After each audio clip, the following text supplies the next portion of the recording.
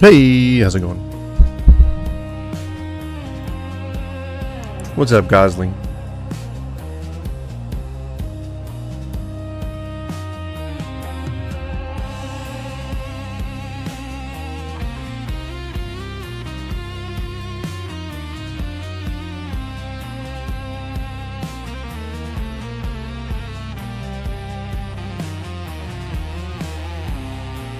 Hope y'all are ready to listen to some pretty interesting opinions from a world-famous actor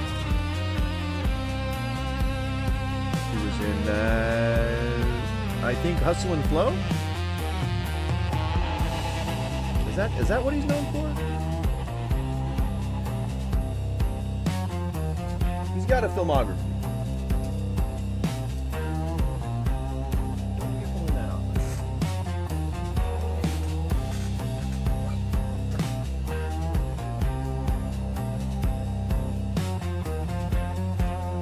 I didn't want the blanket. Don't look at me like that. She's looking at me like I'm some kind of asshole.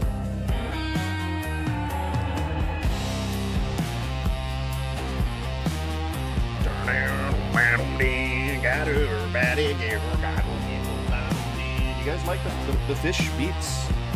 PHIS, not the FIS. Battle down, battle down, battle down, somebody get about it. Hey, hey, hey, hey. Sorry, I just showed up on the actual on my horizontal stream, and I was like, hey, look at me, hey, what's up? So, what's up, you guys? Hello.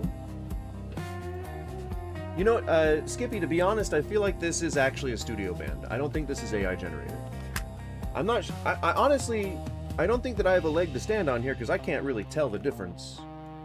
But I honestly feel like this is like a studio band, like it's just some kind of like recording band or studio band or whatever. And Other Goose, I didn't get a chance to look at your comment. I think it was about the video game that you're making. Bow. Mass charging fee, Windows graphics, inspiration. Yeah, they're very characterized. I like the slight exaggeration, slight caricaturizations of the human forms in Windrose. It's kind of like, it's like Dishonored, you know. I like Dishonored is really good. It's the angular faces and like sort of like the Victorian painting looking people. I always got a kick out of that, and I think it's really something that you don't see too often in like sort of modern game style. I don't know. But yeah, I think that's that would be a great direction for a new MMO to go in if that was something that you were so inclined to do. Indeed, good sir. Well, what we're going to do today is we're going to kind of do the same sort of stuff that we were doing yesterday. However, a video was recently brought to my attention that is featuring two of, gosh, my favorite people on the planet. You know, this guy is a well-known, you know, this is James Rhodes, okay? I don't know if you guys read Marvel Comics, but James Rhodes is kind of a big deal, okay? And James Rhodes is like a sidekick, but not really a sidekick. He's more of a friend or a compatriot to a very well-known hero and figure of the comic book world known as Iron Man. That's right. He is a friend and, you know, he's a friend and confidant of the well-known Man of Iron. And I think that probably one of the best things for us to do in terms of recognizing who Terrence Howard is and what he does, I think the best way that we're going to be able to frame this is by just kind of like understanding that he's on a different plane. All right, and maybe literally, okay, I don't know for sure, but he's on a different plane of, I guess, reality. I guess you could say that he's not really in touch with this specific reality. And it could just be that we are not necessarily in tune with whatever kind of radar dish he's got, whatever kind of, signals he's picking up from the Anunnakis. We may not know. We may never know. He may take these secrets to his grave. No, wait, he's sharing them on podcasts. So apparently, James Rhodes, the very well-known character from Marvel Comics who plays Iron Man's best friend and confidant, War Machine, in the Marvel films, in one Marvel film, is going to be talking to us today about how he made up a new form of mathematics. Now, he's done this before. This is more of an update. I don't know if he'll give background on his 1 × 1 equals 2 or 1 × 2 equals 3 or whatever the fuck his whole philosophy is. But it's not rooted really in anything. I think that it may, I don't want to bury the lead here. It may spoil you guys to hear sort of the reason why he does all this. And it's really because he's irrelevant. He's not really getting work anymore as an actor. He didn't really start down this road. I'd heard that he's always kind of been a fuckhead on set. But in terms of like his last big gigs like Empire, and that's it. He didn't really get are Vintage Comics a solid investment? No. Yeah, I guess. If you have the money you have to have money to collect, right? And so if you have the money to collect, then you're probably doing okay for yourself, and therefore you don't need to make those investments. And if you're spending more money to collect than you have to pay bills, then you've got a problem. So I would say that for the average person, no, comics are probably not a solid investment, nor are cards. But for a person who has money to play around with, money to gamble, if we're being honest, then I would say then it's a solid investment. Because those kinds of things appreciate over time. I don't think that people without money to be making investments should ever really make investments. I think the only investment that a poor person can make is time. And I guess emotional and mental real estate. But outwardly, to just people in general, I think that the most investment that poor people can make is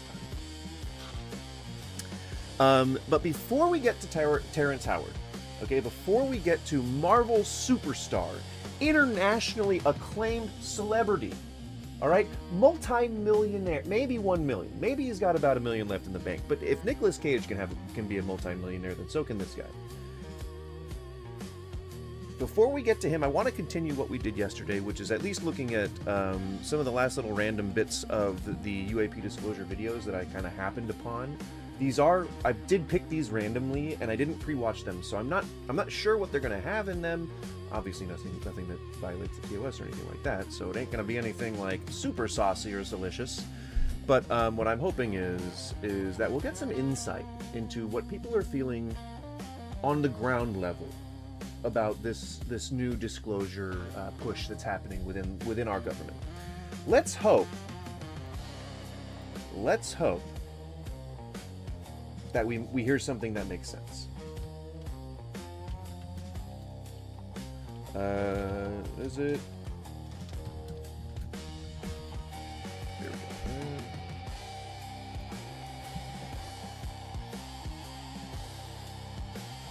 And I don't know if you're still here, Goose, but if you want more ideas, I got plenty of them. On all of the files that I've been going through, there's a lot. I'm almost done. Done. I got 2 more pages, but some of these files, you open them up and they've got like 200 pages in them, and a lot of it is crap. But I did find one file that was really interesting. I think it's really... You don't have to whisper words like crap. Even if you're trying to not let your kid hear them, I don't think that you need to go that far. Just say crap. Crap is the word that's meant to substitute the worst word. Really interesting. It's about the Foo Fighters from World War II. It was 1944, and it's all these official government documents, and I'm going to put them on the screen for you so you can save them and read through them. Yeah, again, unexplained just means that it could be benign, and we just weren't able to determine what it was at the time. That now that technology has improved, and now that we're revisiting a lot of those things, there's still some technology that, not technology, but there's still some anomalies that we can't account for, because if we can't view it in real time, or if we can't see any photo or video evidence of it, then it's kind of hard to analyze. So we just have to go from personal accounts from back then, and that's kind of not really reliable. Yeah, I don't know what to tell you. People who were expecting some like developments or like some new additional news that wasn't a thing back then, like it just, you know, it's just gonna be more personal accounts of things. They're not like using AI to reconstruct these scenes with reliable video and photo evidence. Like, that's not what's happening. They're just releasing documents when they should be releasing the Epstein files. If you want to, but it's describing all of these different UFOs that they witnessed. They called them the Foo Fighters because they didn't know what to call them, but they had red orbs, and then there were orange orbs, and then there were just flying craft that were cylindrical in shape and that were making crazy maneuvers, and they didn't know what they were, and they were asking the government to assist in what they should do while they were overseas dealing with these, what they called Foo Fighters, or... Yeah, I mean, and yesterday we saw some of these, you know, lights and anomalous orbs and things like that. And to my eye, two of the instances were very easily explainable, and one I could offer at least 3 different explanations that are plausible, way more plausible than aliens. The first one was a laser. It was obviously a laser designator. It wasn't going behind anything, even though it was projected onto the ground. And there was no, like, in-between. It was moving in real time, like, with the camera lens. So if your laser can go like this and not lose any speed, then either we're dealing with aliens or we're dealing with a laser. And it was very clearly just a targeting laser or a sensor or something like that we were seeing through the infrared. The other one was that sort of chaos sigil looking. It looked like, what? Do I have dog food on my shirt? It looks like that. This is the flat plane that I know is facing the camera. For some reason, I cannot orient my wrist correctly. The other one looks like a chaos sigil with a circle on it, and the circle like makes it look like there's this, you know, stained glass looking weird fucking Warhammer 40k looking thing out there that reminds people of Superman's original ship that he came to Earth in. You know, people got ideas, and I think perhaps that's like it sounds like a confirmation bias thing, because I think we all saw Superman back in the day. Not all of us, but a lot of us saw Superman back in the day, so maybe we're looking for that kind of thing. Whatever. The point is that it's rare. It's not rare. It is as of yet unconfirmed that there's any kind of existence of evidence or aliens or anything like that. All we really have right now is just you know, secondhand accounts, physical descriptions of the scene, descriptions of the encounter, but like very little photo or video evidence of anything that indicates aliens. UFOs. So that's confirmed. I'm sure a lot of people know about the Foo Fighters, but then I also remember that... Yeah, they're a band. Dave Grohl was originally the drummer for Nirvana. Not everyone looks into all this stuff and is interested in history as I am. So yeah, but our government is the one that's trying to release all these things now. So anyone who's paying attention to anything involving the government is probably going to encounter this news. So it's not that people don't look into it. It's that this is sort of a hot topic right now. I thought it was really cool. Also because I've talked to a few pilots, military pilots, that were over in Afghanistan, and they saw the same thing. They saw mostly orbs. Mostly orange orbs. And the one that we saw yesterday, the Chaos insignia, it really did just seem to be a flare that had been jettisoned. Like, it could have been a flare that was used for, like, military training. Like, could be, like, some kind of practice. Could have been, you know, file footage from some other country's air program. Could have been a flare that was attached to some supplies that were being dropped over somewhere. It looked to me, and just from the angle, it looked to me like video from the ground. because the thing kind of spirals and like and spins and stuff, and it looks like it's kind of being manipulated by the wind. And when you see, this is really hard to describe without actually watching the video on screen, but we did this yesterday. The parachute like takes it takes a like it spins it around this axis, which isn't visible in the center of the frame, so it looks like the thing is moving. There's also a flare attached to it, which the light, which is what we're seeing, in that's what that symbol is actually a light, and it's shining just really bright, which would happen if you were to light like a phosphorus flare, or like a flare that had like ultraviolet or infrared light spectrum or whatever. I don't know the technical terms, but it shines brightly enough to leave a coronal lens flare, which is what we're seeing when we see that thing. And so it's as if we're looking up. The thing looks like it's like coming down towards, like either away from us or towards us, because we can't really tell when there's no frame of reference to look at. But to my eye, it looks like it's coming towards us. It's coming down. There's a flare, and then it goes off, like sort of as if it's going off behind me, so that I can't see it. It goes up into the left of the side of the screen. So it's almost as if I can't, like it's going too fast. I can't see it anymore. But really, all that's happening is it's getting closer and closer to the ground, or to wherever the viewer height is, and it's then passing it.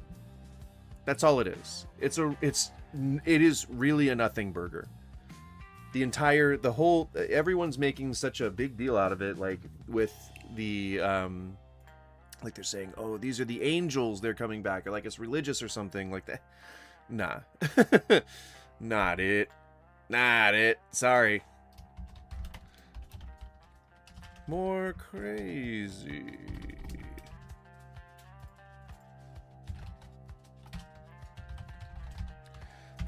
Or here we go. Take the poll, guys. If you like polls, take the poll. That would just kind of follow them around. Take it where? And I don't know. Be there while they were up in the air. They just kind of ignored them because, you know, you don't want to be the weirdo in the group. You don't want to get made fun of. And that was pretty much it. So, thought that was really cool because it confirms it. You know, they did know about all of those. Besides that, there's a... Well, yeah. I mean, I'm pretty sure that even in the accounts that have been released in those books that I read when I was a kid, they said that they told their superiors, and they were written in official documents.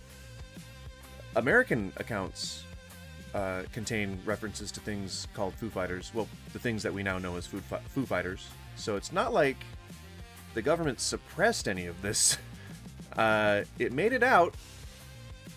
I mean, we're looking at the official confirmation from the government that they did know about this, and then accessory facts to that. But that, I don't think that was really what disclosure was about. Getting them to admit that they knew about something that we already knew they knew. Don't be that petty, all right? Don't be that petty. We want to figure out if they're aliens. That's what we want to know. That's what the conspiracy theorists, they want to know about aliens. They don't give a shit about being like, oh, I told you so. Well, I guess they do, but to a lesser extent than finding out whether or not aliens actually exist.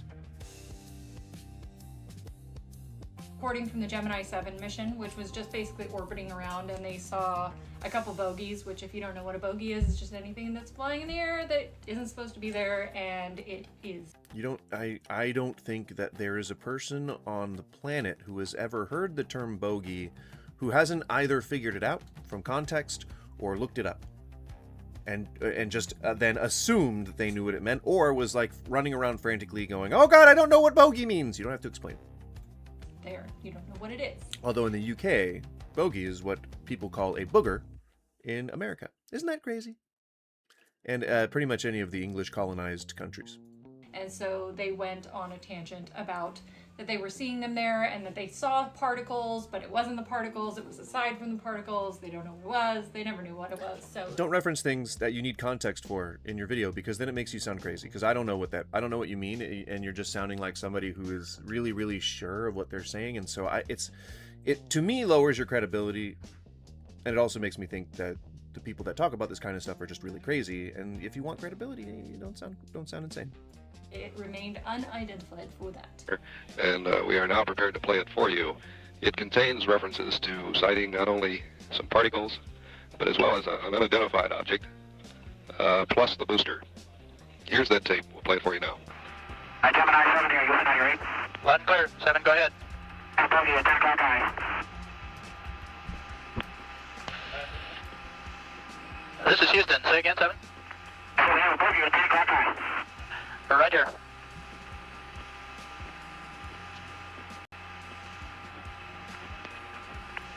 I don't know what we're supposed to be hearing.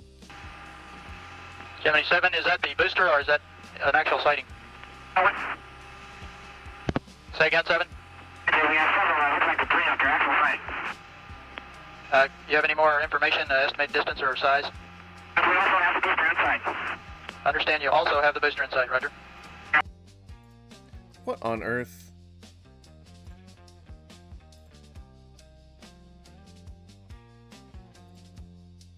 I didn't even see this discussion you guys had in the beginning. Father Goose, wonder who the mother is. Geese are monogamous. The topic appears to be dating habits of the majestic goose today. What the fuck, Skippy? Goose, man. Why were there 3 of you here earlier, right when we began? And then you all left. Like, what is this weird? We have very many, Why can't they just release? I don't want to sit here and listen to a recording that I can't speed up. That's just, I want evidence, or I want to hear like that person's take. So if you don't know who this is Mayim Bialik. I'm pretty sure. No, I know that it is, but she had some pretty interesting views on vaccines, which I think lost her the spot on Jeopardy. It's the most interesting stuff right off the bat. Like, this is like a weird reality show we're in. Is this the age of disclosure? What is happening? It does seem a bit scripted. It does seem a bit according to schedule. Just a few months ago. In terms of what? You mean when the Epstein files are supposed to be being released and they're increasing pressure on Trump to release them, and that just hasn't happened? And so now they're like, well, we'll give you other breadcrumbs. For those that recall, there was some back and forth between former President Obama and current President Trump about what the U.S. might have in regards to UAP/UFO. Trump ended that exchange by making a declaration on social media that he would be releasing, quote unquote, all the files. There's a lot.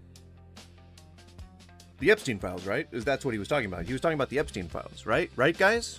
He was talking about the Epstein files?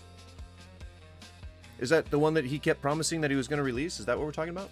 A lot to unpack as far as what that might mean. However, I have been following this topic closely, as one might imagine, and I am aware that there has been a lot of effort within the government, within different agencies, the FBI, the intelligence communities writ large, specifically. Why are these videos all so long now? ODNI. And there has been infrastructure that has been stood up, governance boards, if you will. Is there anything that you feel we should be concerned about in terms of the timing, in terms of the other things going on in the world? Is this a distraction? You know, is this... Yes! When it's clear that something else is going on, when a worldwide cabal of PDF files is about to be, like, revealed to the world, then, yeah, I mean, releasing alien footage and data and details seems to be a bit of a distraction. Some sort of entertainment or theater, because I want it to be real information, but not all information is created equal or presented equally, right? Yeah. Including the video that they showed at the beginning of this clip was definitely not real. Goose, you going to release the files? I'm not in charge of the files. If I was, they would have been out already. You know, I think I would have made arrests already. People are always going to bring up the concept of this being distraction, and perhaps it might serve that in a secondary fashion. For all intents and purposes, from my vantage point, it does seem like there is an honest effort that has been invested into in order to gather and bring forward this information. Now, there are two... I mean, that's not much different than kind of how things were going back a couple of years ago. Like, we all, a lot of us saw the hearings. Like, we saw the UAP disclosure hearings where David Grush was there, Jeremy Corbell was there, that dude who kept like smiling through the whole thing, talking about his experience with the Foo Fighters, or that one water UAP, he was there. Like all the big wigs were there, and it's not like we didn't go like, oh, yeah, aliens are real, here they are. We didn't do anything like that. It was more like we're no longer denying that UAP exists. And then they come out there like revamping we've got a new office of the UAP. We've got a new, a joint staff of people who are going to be researching all this stuff.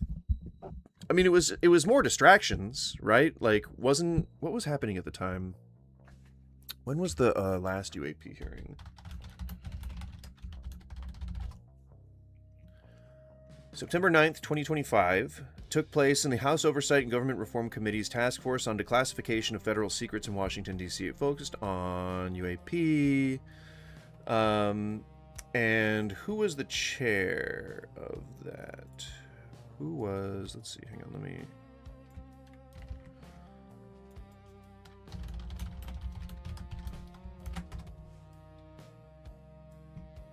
Oh, wow. Well, Anna Paulina Luna was the chair of that particular committee. And let's take a look. What are... Hang on. This is all leading somewhere. Hang on, sorry. I mean to do this on the actual screen here. What are some of... Oh, no, not that. Anna Paulina Luna... political stances. What are some of her political stances? Anna Paulina Luna. Let's see what she supports here. Border security and immigration. She's made border security a top priority. She advocates for increased resources for border control, tighter immigration policies, and stricter enforcement measures. Her speeches on this topic have garnered significant attention and support from conservative voters. Therefore, she's also one of the people who are complicit in the deaths of Renee Good and Alex Preddy and one other person. So super cool there. Fiscal conservatism. Luna is a strong proponent of fiscal conservatism, advocating for reduced government spending and lower taxes. So less social programs, more military funding. Super, super cool of her. Super, super cool.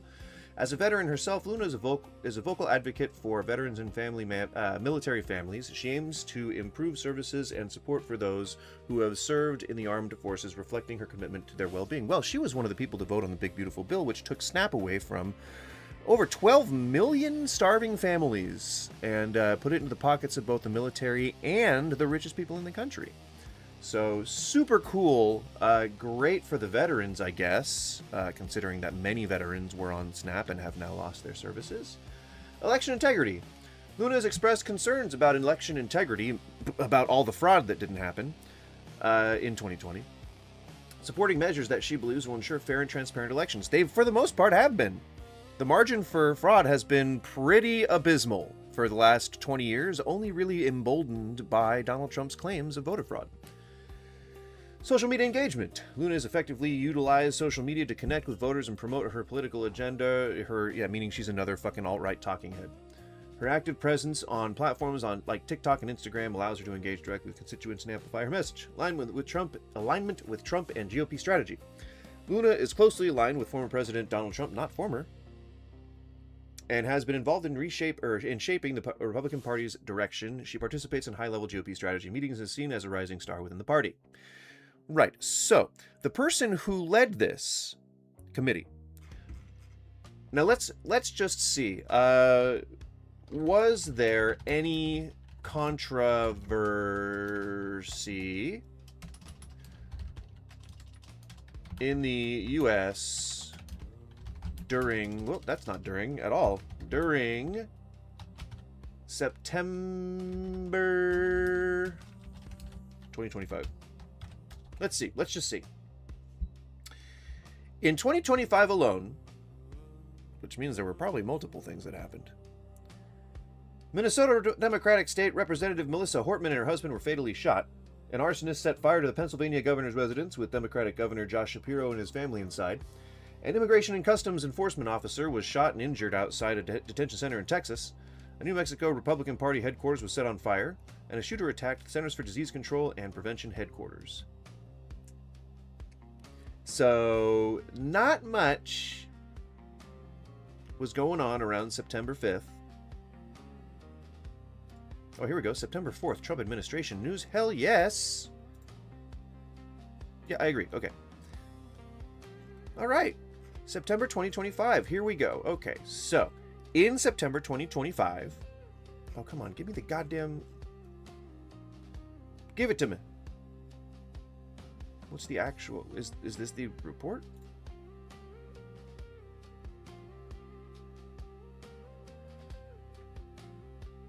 Like, I just want the actual article. President Trump, you have so much influence and power in this situation. Please use that influence and power to help us. Please, President Trump, pass this bill and help us.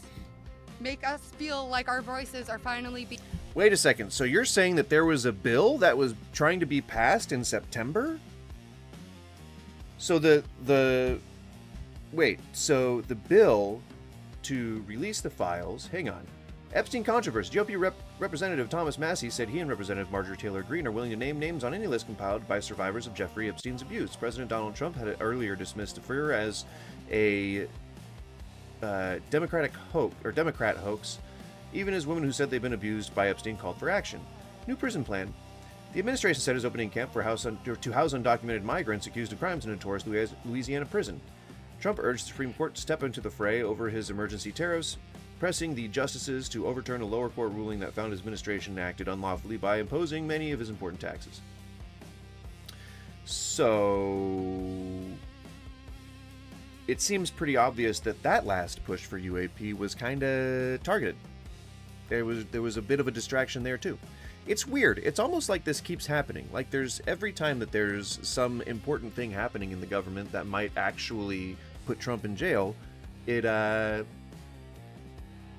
gets distracted from. It gets deflected by some new release of UAP footage or new release of UAP information or disclosure or something like that. What do you want to see in the files? Real raw one. I don't care what's in the files. If it's incriminating enough to get members of, the people in power in jail because they've been abusing and trafficking children, anyone really would be bad, but children specifically makes it even worse.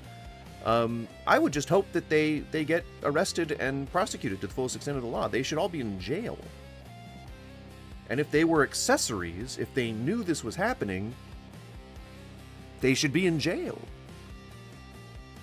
All the talk about draining the swamp, and he filled the swamp with more shit. You know? It's never going to be that. Well, yeah, because rich people control the government. Of course it's not going to be that. I'm not delusional. I know that they're going to do everything that they can to keep people from being held accountable. At least you'll get or at best you'll get some references and mentions. Well, duh. I mean, I think that there's plenty of incriminating material in the testimony from the victims that can be corroborated by elements in the files themselves. There are people who have yet to have been named in the still redacted released elements of the files, the versions of that have been released thus far. So there's still some transparency to be had. I think the fact that it was so hard to get what is released in the first place says that somebody's trying to hide something. And if we know that rich people run the government because rich people are the ones who afford the lobbyists, then of course they're not going to want their names mentioned. Of course. I'm sure that they were horrified the first time that they were accused by people who had read the files. I'm sure that they were like, fuck, how do we get ahead of this? But they can afford publicists and shit, so. Let's keep speeding through these. This guy has like not a series of them, but there's a progression I want to. I think is I hate how these autoplay. Well, Take a look. Have you noticed? No. Oh yeah. Here we go. The more the government talks about UAPs, the more they try to make it sound mechanical and cold. Well, no. When you say rich, what do you mean? I mean the top 1% of wealth. I mean anyone who makes over $1 million a year. Not 1 million. I'd say maybe, I don't know, 100 million? I don't know. I'm ultra rich? You honestly think I make over 100K?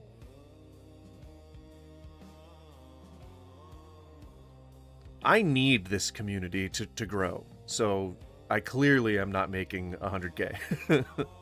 It would be a fucking dream come true to be able to monetize this channel. Once I get the right amount of watch hours up, then it'll happen, but that's just I need the money. Like, we're moving soon, and I don't know how the fuck we're going to afford it. And that's just moving from one place to another. Like, that's what, maybe a couple $1,000s? I have no idea how we're going to pay for it. So I definitely don't make over 100K. You don't make $1 million a year? If I did, I probably wouldn't be here. I'd be able to afford a therapist. I'd be able to afford medications. So no, I probably wouldn't be here. I'd be sharing all my thoughts with somebody from a reclined position in a chair. 100K in wealth, not cash. I do not. I am worth maybe a couple $1,000. Well, I have credit. I have a business credit line, so that's credit. But hey, that's credit. You can still use that for some things. I can't sell it, and it doesn't add to my personal value. But gosh darn it, if I don't have a couple tens of thousands of dollars in credit. I have a decent reputation in my community, but that's pretty much it. I have very little else of monetary value. There's a reason for that. They don't want you to know the Gnostic truth. Okay. Instantly, we're taking a left turn here. I'm willing to bear with it, but let me grab some water real quick. I want to stay hydrated for this. BRB.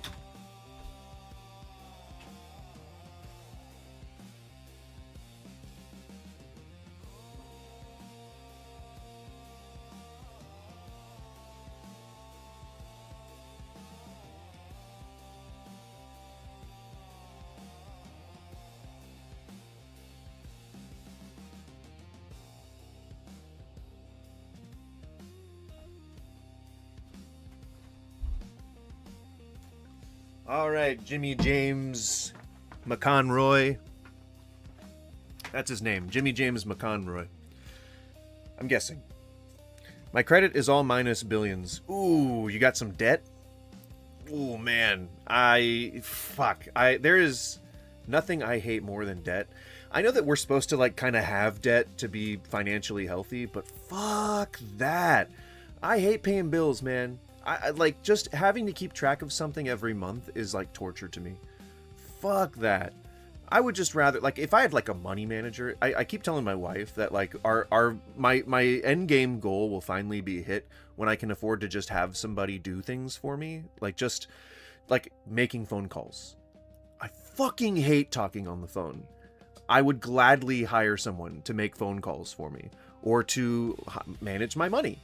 So that I can, someone trustworthy, but so I can have them, like, pay bills for me. Like, if I had a personal assistant, but just, like, not for work, just for life. Just a personal assistant that is like a butler, like, that would be, like, once I finally get fuck you money, like, that'll be, like, the one of the first things I get. Is someone to follow me around with sandwich fixins all the time, and someone to do all of my bullshit for me. Those would be my only two essential employees. Someone who just handles my life. A money manager doesn't do anything. No, not a money manager though. Like an accountant, like a real, like someone who went to school for like numbers. Someone who went to school and who enjoys almost borderline exploitative employment status. But the sandwich fixins one, that's pure honey. That's just pure gravy on the top.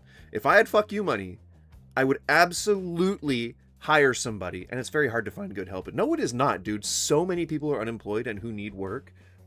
We need to just stop placing so much value on resumes and cover letters and interviews and shit. We need to just have, like, trial stages for, like, every single field of employment. And if you can walk in and do the job, hired. Well, when you get fuck you money, you owe a couple $100 million to the government, but then I can pay it because I have fuck you money. See?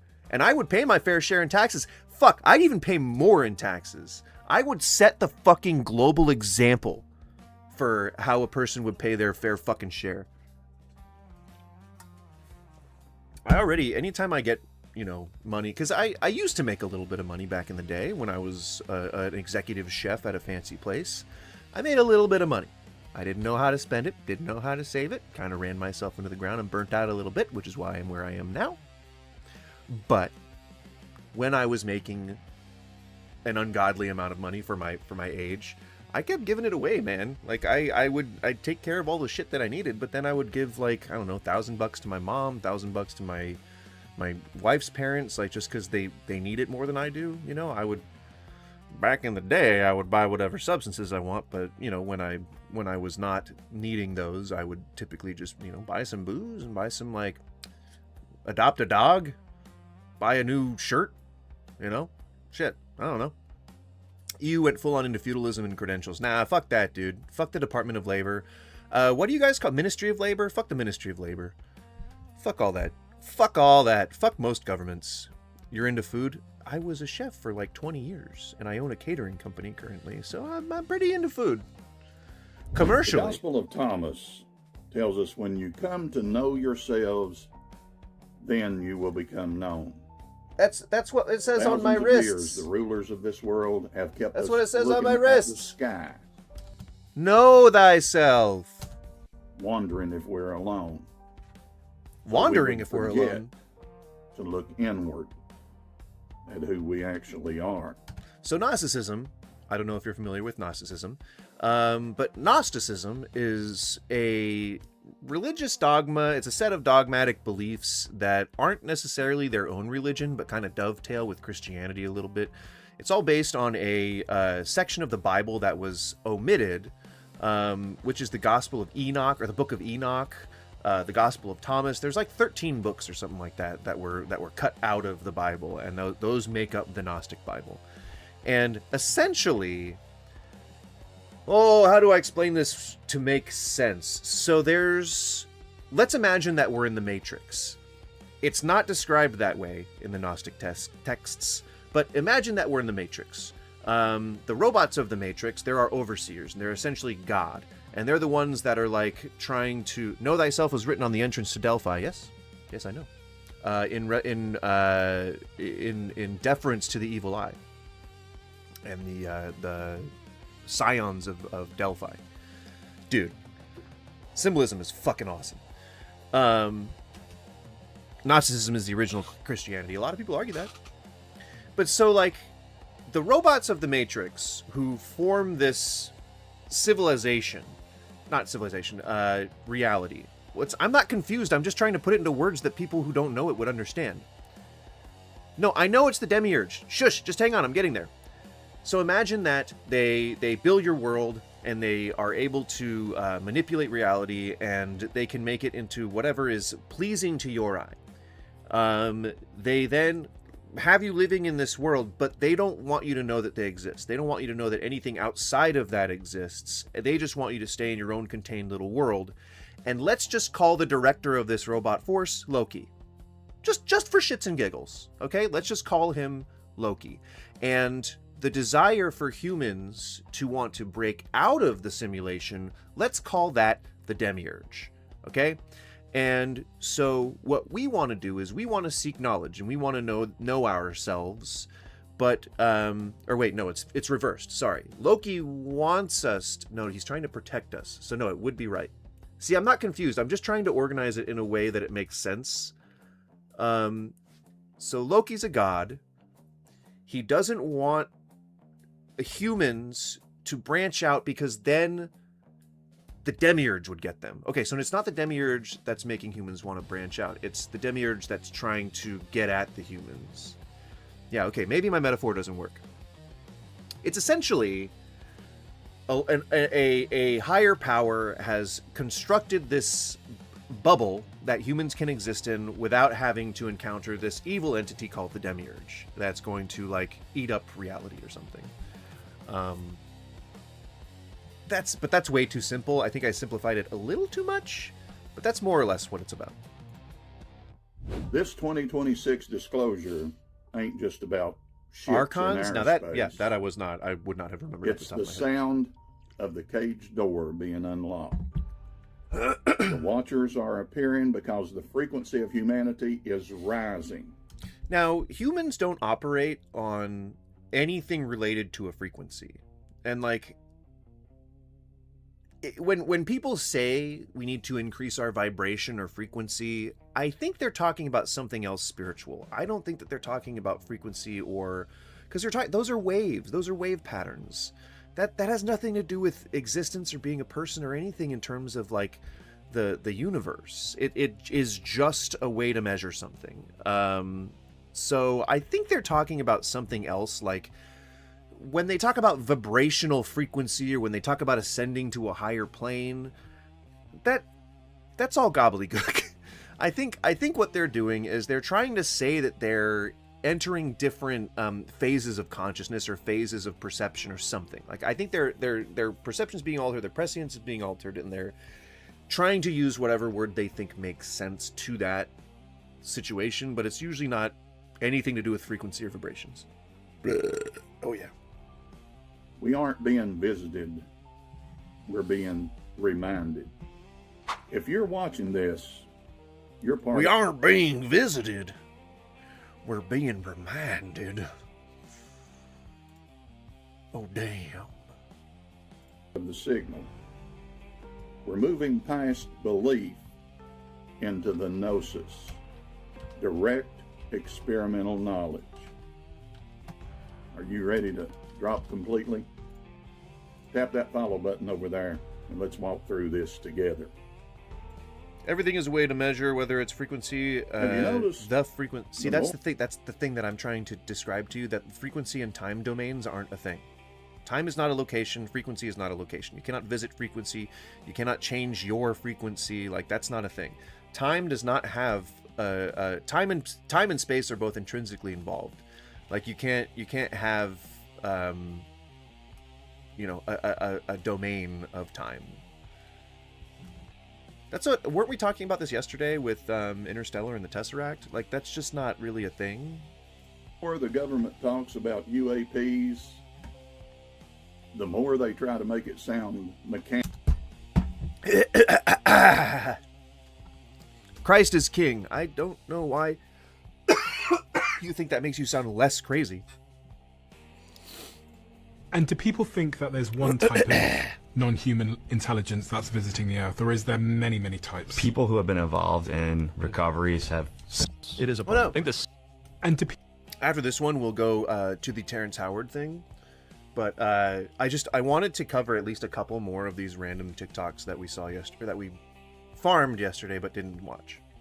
People think that there's one type of non-human intelligence. Let me see if I can identify these. So that's a gray, that's a gray, that's a reptilian, that's a gray mantid, that's I'm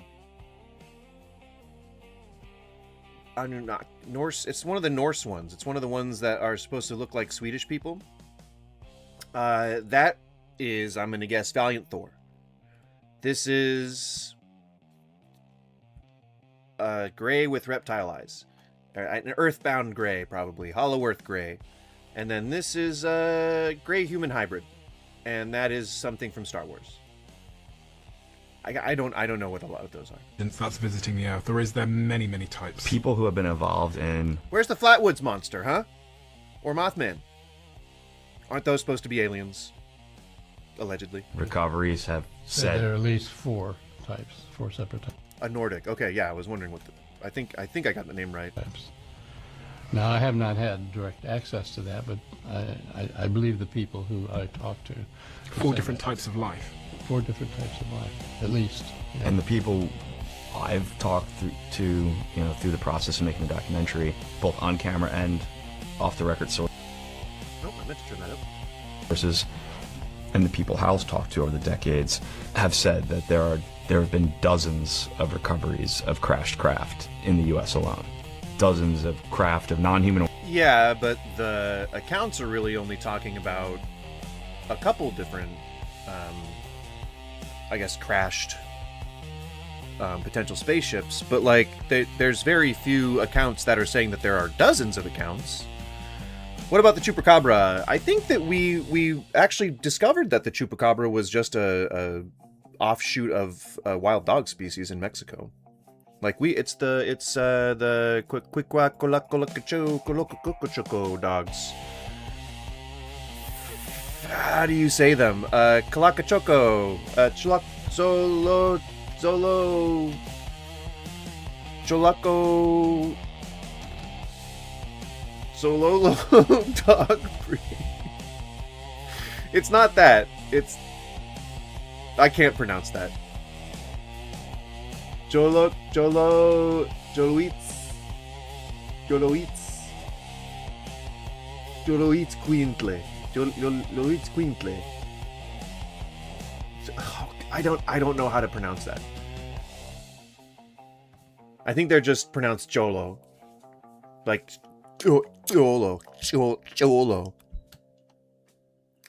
Yeah, I'm getting quite a bit of lag right now. Unfortunately, we kind of determined yesterday that that's mostly atmospheric conditions that cause that.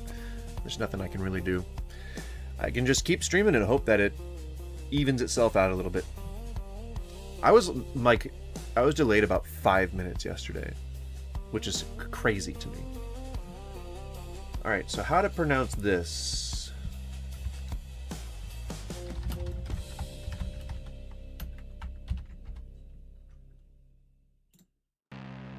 Jolo eats Quintly. Jolo eats Quintly. Jolo eats Quintly. Jolo eats Quintly. Oh my god. I'm putting my ancestors. I'm causing them. I can't fucking pronounce that.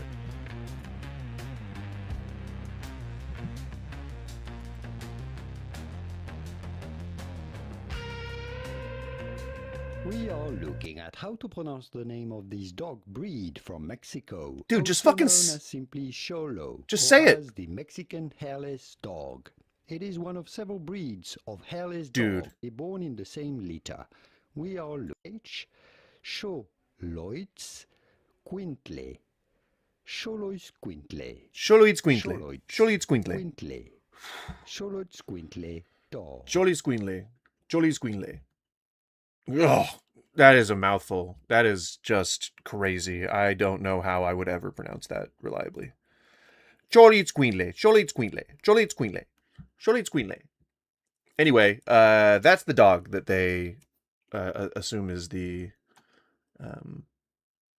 chupacabra.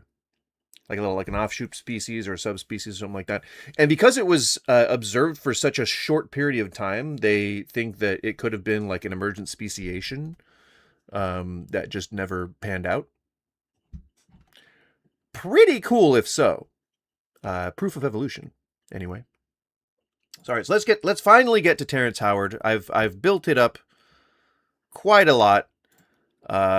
He's a big celebrity, you know. If you like Hollywood movies and BET TV shows, then you will love this guy. No, he was on Fox. Which network was Empire on?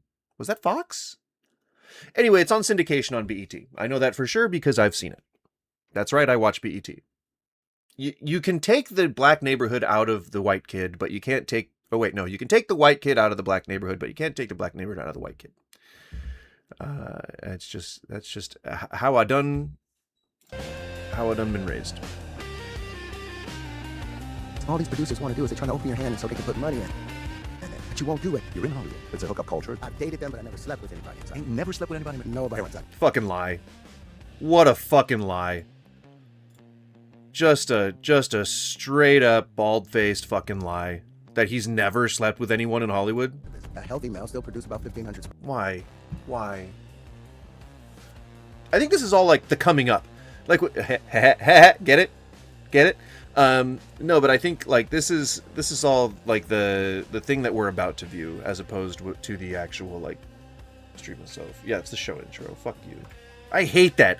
I swear to God, if you are a content creator and you do this stupid fucking thing Yeah, exactly. Look at that guy's face. If you do this stupid fucking thing where you have like a coming up in the video, don't fucking do that. I will not watch your videos. I'll probably dislike it and I'll hide you from my feed because it's stupid. You don't need an intro. I can just seek to any moment in your video. So if I see, like, you don't need a sizzle reel. If someone's going to your video and they're clicking on your video, they're either familiar with your channel or they're willing to take a leap of faith. And you don't have to put your best foot forward in the first 30 seconds of the video. They can seek to anything that they want. I seek through videos all goddamn day.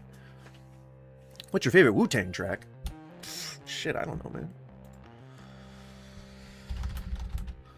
I don't even remember what Wu-Tang tracks there are. I'm going to look up some of the best known ones and see if I recognize any of the names, but I'm going to say I doubt it.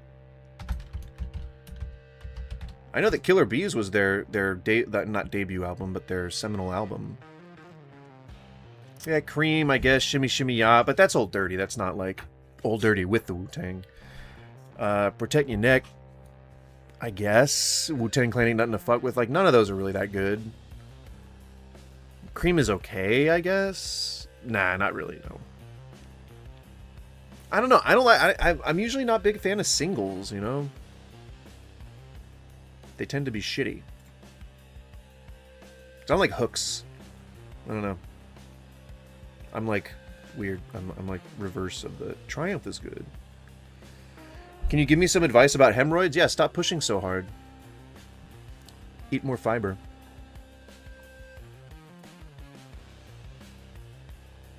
That's why I've never gotten hemorrhoids in my life.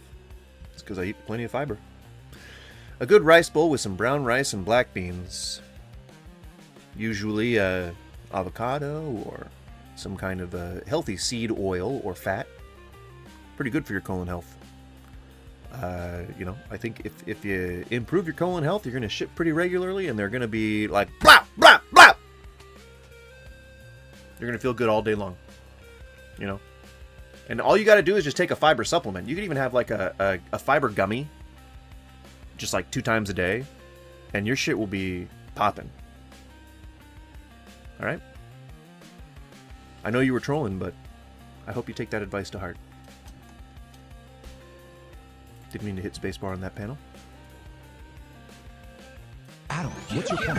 The future looks bright. We don't need to see your intro. It's great, very good. You know, it's funny. I was running. My daughter had a recital today. She had a dance. She was a tiny dancer today. So I go in, and the wife says, "Babe, it's only 15 minutes." I go in at 8:15.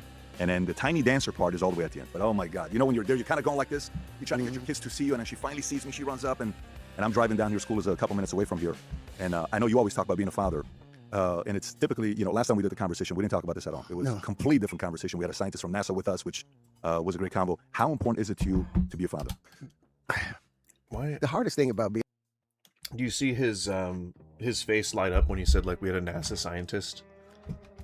You know, last time we did the conversation, we didn't talk about this at all. It was a completely different conversation. Look at his face change. And we had a scientist from NASA with us, which was a great combo. You see, he almost smiled there. How important is it to you to be a father? The hardest thing about being a dad is not being a hypocrite, not being a phony. You know, you try and I realize. Okay. Let's just take note of that. Let's take note of that when he says, "I try not to be a hypocrite and I try not to be a fake or a phony." Just hold on to that, I guess, and keep that under your cap. We're gonna pop it right under there. We're gonna keep that under our cap for now. But he says that the best part of, or the most important part of being a parent is to not be a hypocrite and to not be a phony. All right. Okay. Noted. Thank you. You watched me put it under my cap. Son about things that he's watching, but at the same time, I'm hearing that for myself about things I shouldn't be watching. You know, I'm telling him to maintain his majestic comportment all the time, or telling both of them. What the fuck is majestic comportment? Are you Hungarian or just by Twitch username? Just by Twitch username. Actually, I might indirectly be on Hungarian. I know that my family came from Gypsyland, the Romanian area. So there could be, you know, there's Hungary's right over there, but Turkey's over there. Even like Germany's over there, like little back further to the east. Like, I don't know. My family, I think, had the farthest name, or the name that they can trace it the furthest back to was Huffnagel. Huffnagel. So I don't know.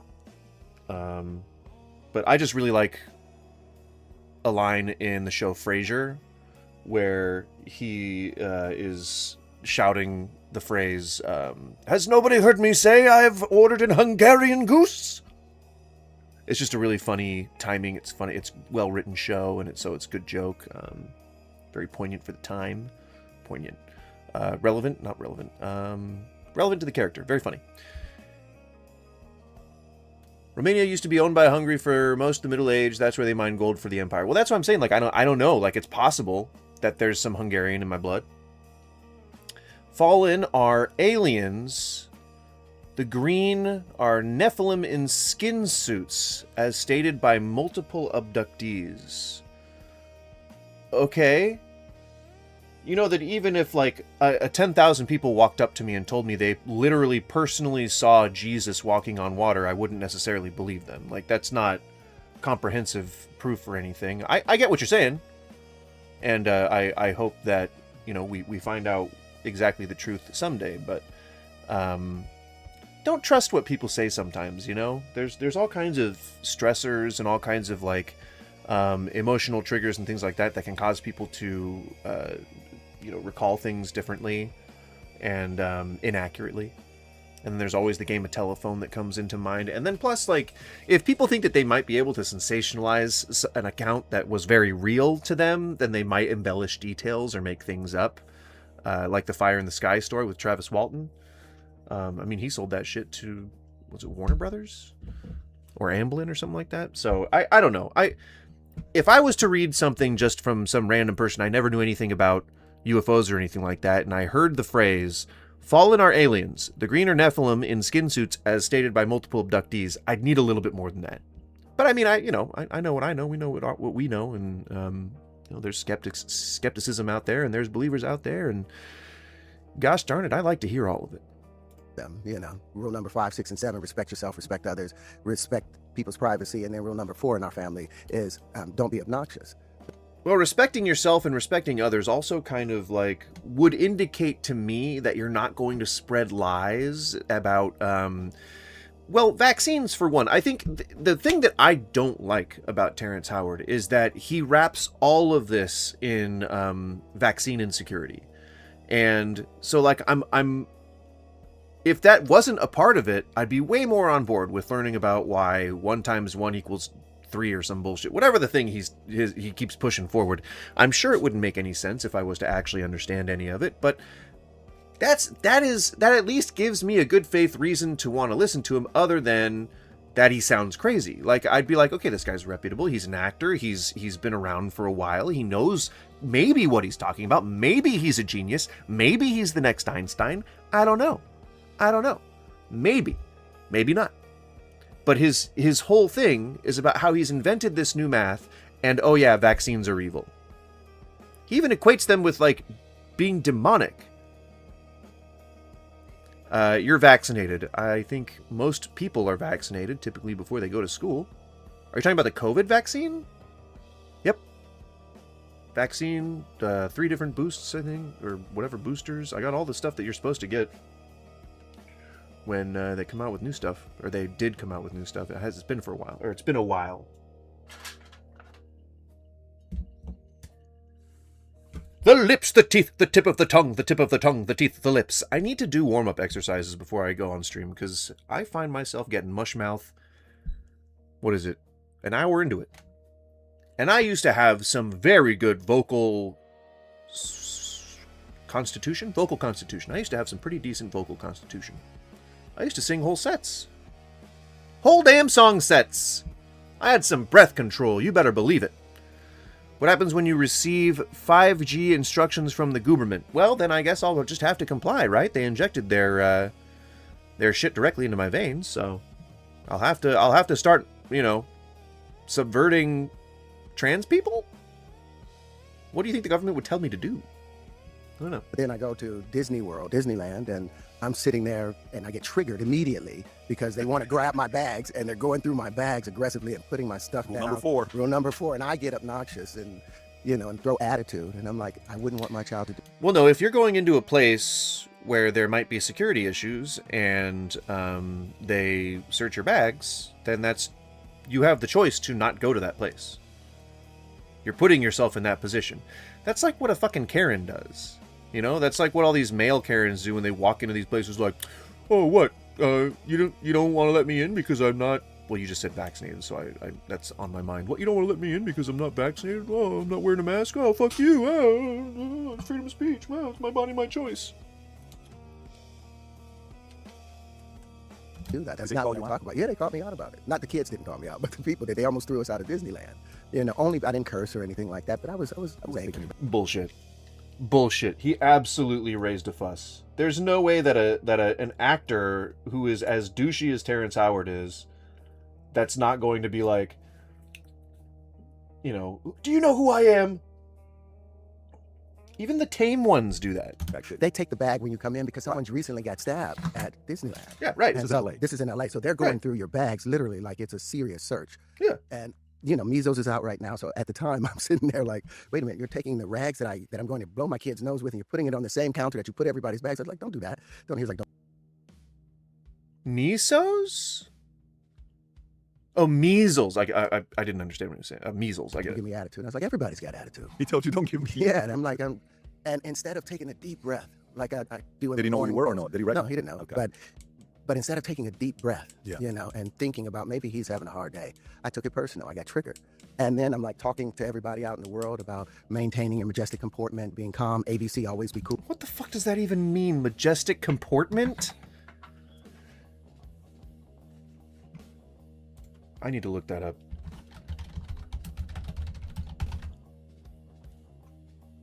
Nope, not a thing.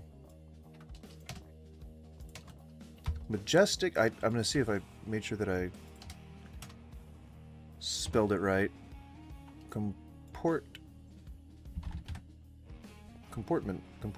M-E-N-T? I think M-E-N-T, comportment. Nope, not a thing.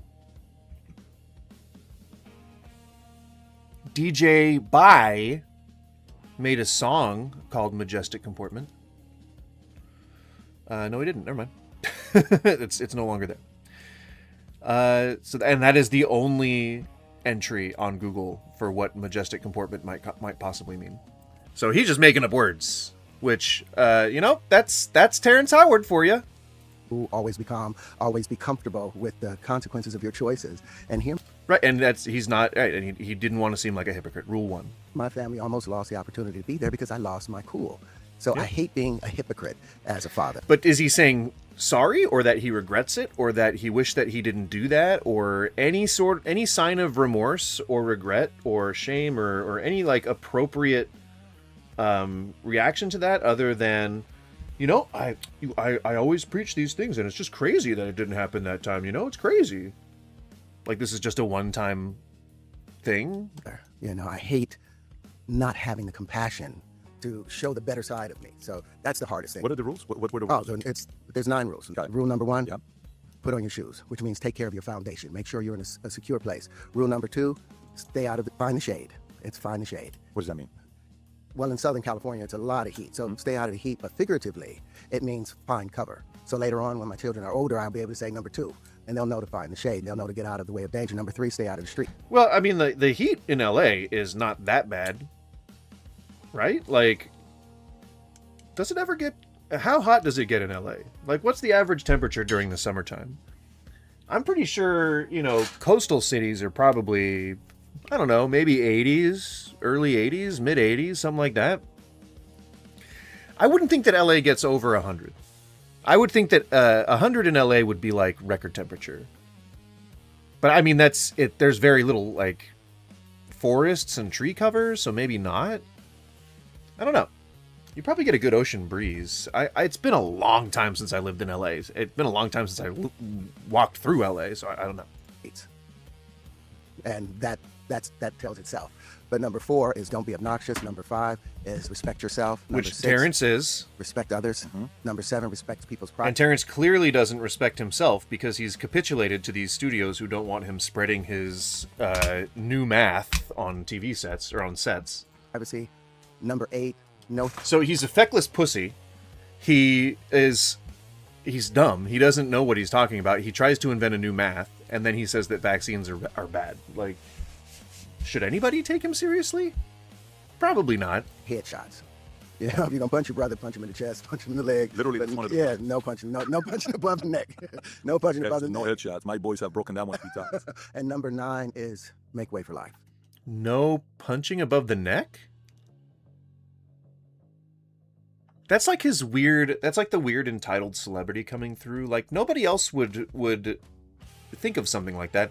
Well, okay, but nothing on the face or eyes. Don't mess up my hair. You can't ruin my moneymaker. You know, punches are typically going to aim towards the face. Jabs, haymakers. They're usually going to come at you in the face because that's how you discombobulate someone. You know, respect all living things. And I follow that. Respect all living things. Gut punches only. Like, that's all you can do. That's the only thing you're allowed to do. That would make for a very boring fight. That's like a hockey fight. For the most part, a lot. But, you know, I sometimes disrespect myself. I sometimes. So what you're saying is, you've made these rules and you don't follow them. Sounds like God. It sounds like you think you're God, Terrence. That's the only entity that I can think of that is able to make rules that does not have to follow them. Or Trump. I wouldn't try to emulate either of those guys. But that's just my own personal opinion. If this is your first time in the stream, I am just going to go ahead and turn the face cam off. I am not leaving. I am still here. We're still going to let this play, but I do smoketh of the cannabis for my own personal health, and if you like to do so as well, please feel free to sync up, though you do not have to. I will turn the face cam back on when I'm done. Trump had Topuria and Pereira at the White House earlier in prep for the UFC. Yeah, he's turning it into like a TV studio, essentially. That's super cool of him. All right, we're going to let it play. Don't respect people's privacy, you know, so I try my hardest not to get caught up in gossip about somebody else all the time. So I'm learning. These are my own rules that if I can live by them, my children can live. What was it? But you don't live by them! You don't live by you are a hypocrite. And this is totally one of those do as I say, not as I do speeches. Fuck, man. Because growing up, how many siblings was it? Was it you and your 2 All right, brothers? lifting off in 3, 2, 1. Cheers. Smoke them if you got them. Names that I looked up. So 11 total. 11. Same mom and dad? No, only 4 of us from the same mom and dad. 4, same mom and dad. Okay. What experiences as a kid growing up changed the way you said, I'm not going to parent like this, I'm going to be a father like this, or I'm going to be a father just like I was fathered? What experiences impacted your parenting? Well, my father, I mean, I was incorrigible. I was indomitable as a child. So you tell me to do something, I'm going to do it just because you told me not to do it. You know, you don't have authority over me. So yeah, that's pretty I obnoxious. got whooped Violates one of your rules. So I told myself, when I have my children, I'm not going to whoop them. I'm not going to use corporal punishment on them. I'm not going to do any of that. But that's not what I ended up doing, because you start talking to them 1,000 times and they don't listen, and then immediately you go back to the slave days and you're like, well, let me go get the whip, let me go get the belt, let me do all of this other stuff you're not supposed to do. But you find yourself still back into those places. Okay. Wow. This is going to get much worse. But he just said quite a lot there. Hang on, let me clean this out. Let's go step by step, bullet point by bullet point. I'm not going to use corporal punishment on them. I'm not going to do any. So he says, I'm not going to beat my kids. I like rolling and cigarra. Cigarra? Never enjoyed the pipe. Yeah, this is a it's one of the larger water pipes. It's the beaker style.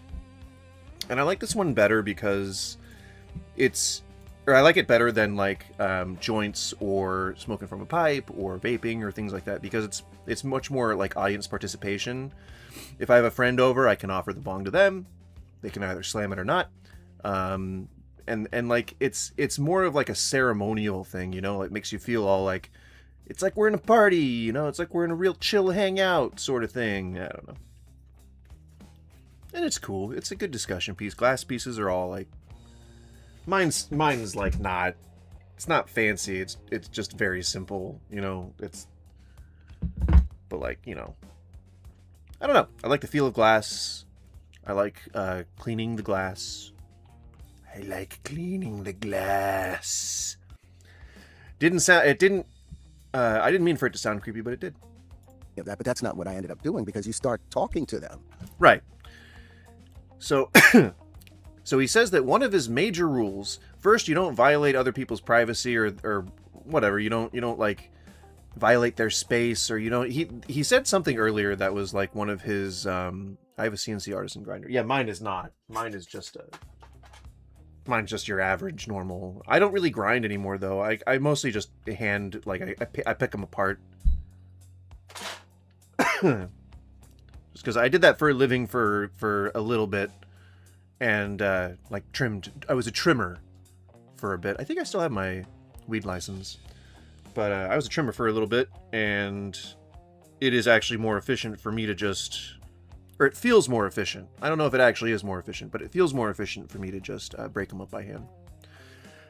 You know, arrange them a little bit like a campfire sort of thing. You know.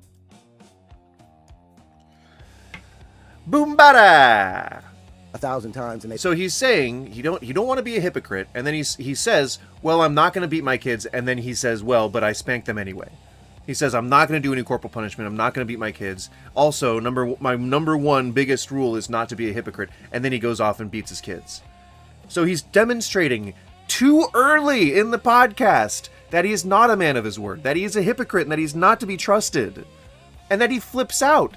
He's just saying all the things that, and he's kind of like wrapping this up and just kind of, oh, it's a fun story, you know, it's a fun story. I'm just telling about my family. You know, we're having fun. We're having a fun discussion. But he's talking about hitting his kids. And he's talking about his principles that tell him that if he says he's not going to hit his kids, he shouldn't be hitting his fucking kids.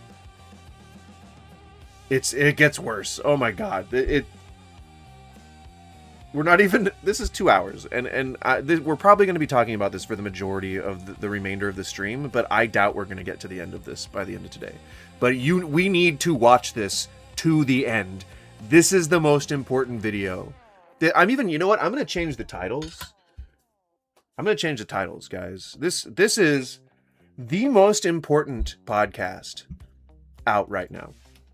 The most important podcast episode ever. I did 4 exclamation points. I never do 4 exclamation points. We're doing 4. You know what? I'm about to go nuclear. You know what? We're gonna do 5 exclamation points. We're going for 5 fucking exclamation points. And the only word in the title that I didn't capitalize was the. That's right. We're playing in the big leagues now, guys. We're playing in the big fucking leagues, okay? All 2 of you. But that number's about to go up, okay? This is the cinematic event of the century. All right? I won't have you say otherwise, because that's cyberbullying. And I will not tolerate that. I was cyberbullied within an inch of my life last night. And I'll not have it. Don't listen, and then immediately you go back to the slave days, and you're like, well, let me get the whip. Let me go get the belt. Let me do all of this other stuff you're not supposed to. And then we're kind of getting a little hint of like a white slaver fantasy sort of thing. Like what's prompting him to talk about going back to the slave days? Let me go get my whip? Like, what the fuck, dude? Nobody... I mean, I know that Paul Bet David would absolutely own slaves if he could, but, like, we're not talking about that right now. Nobody said anything about slavery days. Terrence Howard kind of does this a lot. He does this whole, like, sort of borderline militant black power thing, but, it's more accusatory instead of empowering. It's more like... Oh, you know, most people just want to put me right back into segregation. Most people just want to shut me up because they don't like that I'm black. Dude, No, you sound fucking crazy. And people feel uncomfortable about that. Your fellow actors, they don't want to hang out with you because you sound fucking crazy. So they avoid you, so you stop getting gigs. And then you go on these podcasts and people make videos about you, which is how I found out about your math. But you sound fucking crazy. So people want to avoid you. Supposed to do. But you find yourself still back into those places, and you have to catch yourself, especially with the laws that's out here today. So now... So the only reason he doesn't continue to beat his kids is because of the laws.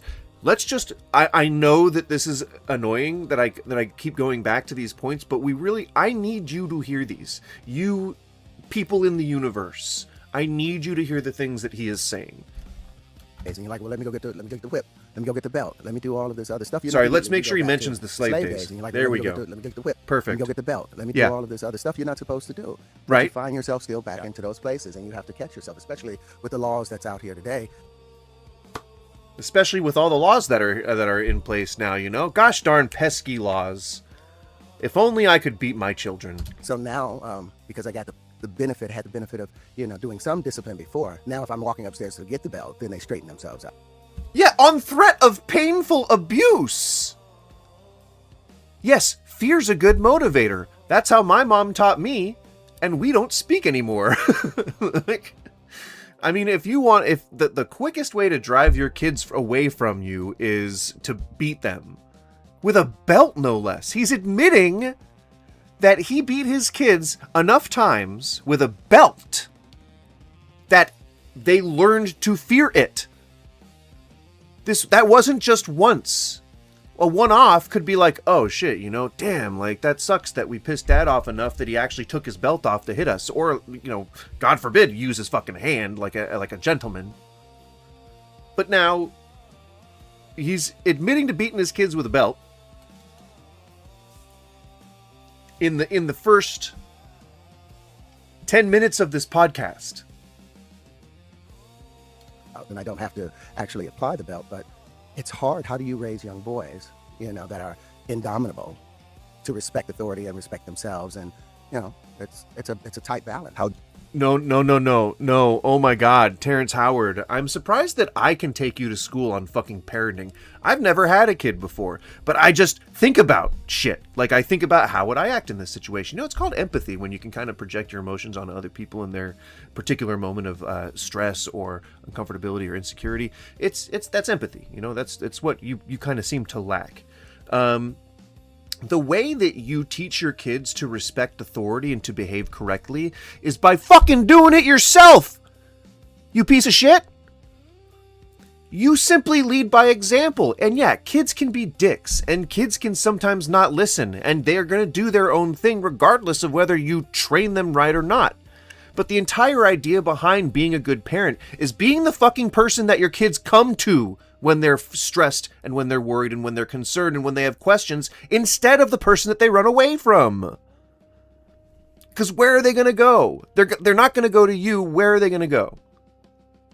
The good parents are the ones that don't freak out in public places over minor fucking issues. They're the ones that their coworkers actually want to work with because they are pleasant to be around, because they're warm and because they're tolerant, because they actually do their fucking jobs instead of try to convert people to some new fucking form of math that doesn't even make goddamn sense. That's not a good parent. That's not a good example of a well-adjusted person in general. And it's certainly not a good example to be setting for your kids. God damn it. Like, there's a little fucker that lives above us who, like, just, I've left notes up above there to say, like, you live above someone, please, like, stop stomping around all over the place. And it still goes on daily. And it's like, that's the parents' fucking fault. It's not the kid's fault. I mean, sure, like, the kid's annoying because he stomps around all the goddamn time. And I hope they hear what I'm saying right now. But, like, it's the parents' fucking fault. The parents are the ones who are supposed to be raising the goddamn kid. And if they set a good example, like if they're around and they're teaching their kid how to behave properly, having discussions with your kids. See, that's the thing. That's the reason why there's so few good parents out there, is because they don't want to do the work. is because they're lazy. This work is hard. Training a human being how to live life, if you're not using religion, because that can carry a hell of a lot of the weight for you. But like, if you're not trying to trap your kids in religion, you actually want them to grow as a person, then you have to actually put in the hard work of teaching them how to be a functional fucking human being. And that means every day, consistent. If you think training a dog is hard, imagine training a human fucking being. Even just as an employer, it's difficult. I can't imagine having some of my employees as my kids. Oh my God, if I have to be responsible for their fucking behavior. That's the other thing that that keeps parents from being real parents, like being good parents, is the fact that they pull back because they are afraid of how the public is going to perceive them, either because they think that they are going to be seen as abusing their kids, or because they're going to be seen as failures as parents, or whatever. Like they make choices that actually serve the opposite interest, which is, I think that's a normal person thing. I don't think it's, exclusive to parents. We all make mistakes. But, it's the urge to try and improve that also makes a good person. So, like, if you make a mistake and you do the wrong thing, then you're trying to make it better every single day. A lot of people don't fucking do that either. So, yeah, I never thought that I was going to be able to, like, totally dunk on someone over parenting, but fuck you, Terrence. You're a bad dad. Difference is, raising boys versus girls. What's been The girls the are the challenge? hardest. The girls are the There's very few differences, but due to societal pressure, due to societal pressure, I would personally believe that raising daughters would be much more difficult, because you have to explain a lot of the cultural implications of how boys are going to view them and treat them and stuff like that. And you have to prepare them to defend themselves when it comes to things like that too. It's scary, and I think that doing the proper research in order to raise a daughter, like if I was a single dad, if I didn't have a woman like to reference for any of these things, like I would be like terrified that I would have to talk to my daughter about like how to get away from a potential rapist. Like, fuck, man. Like, that's got to be really difficult. I cannot imagine having to, like, that puts like that puts a knot in my back. Fuck. It's hard to be a worse parent than the state or instructions. Is that like a saying or a quote? Because I don't, it doesn't make sense to me right now. It's hard to be a worse parent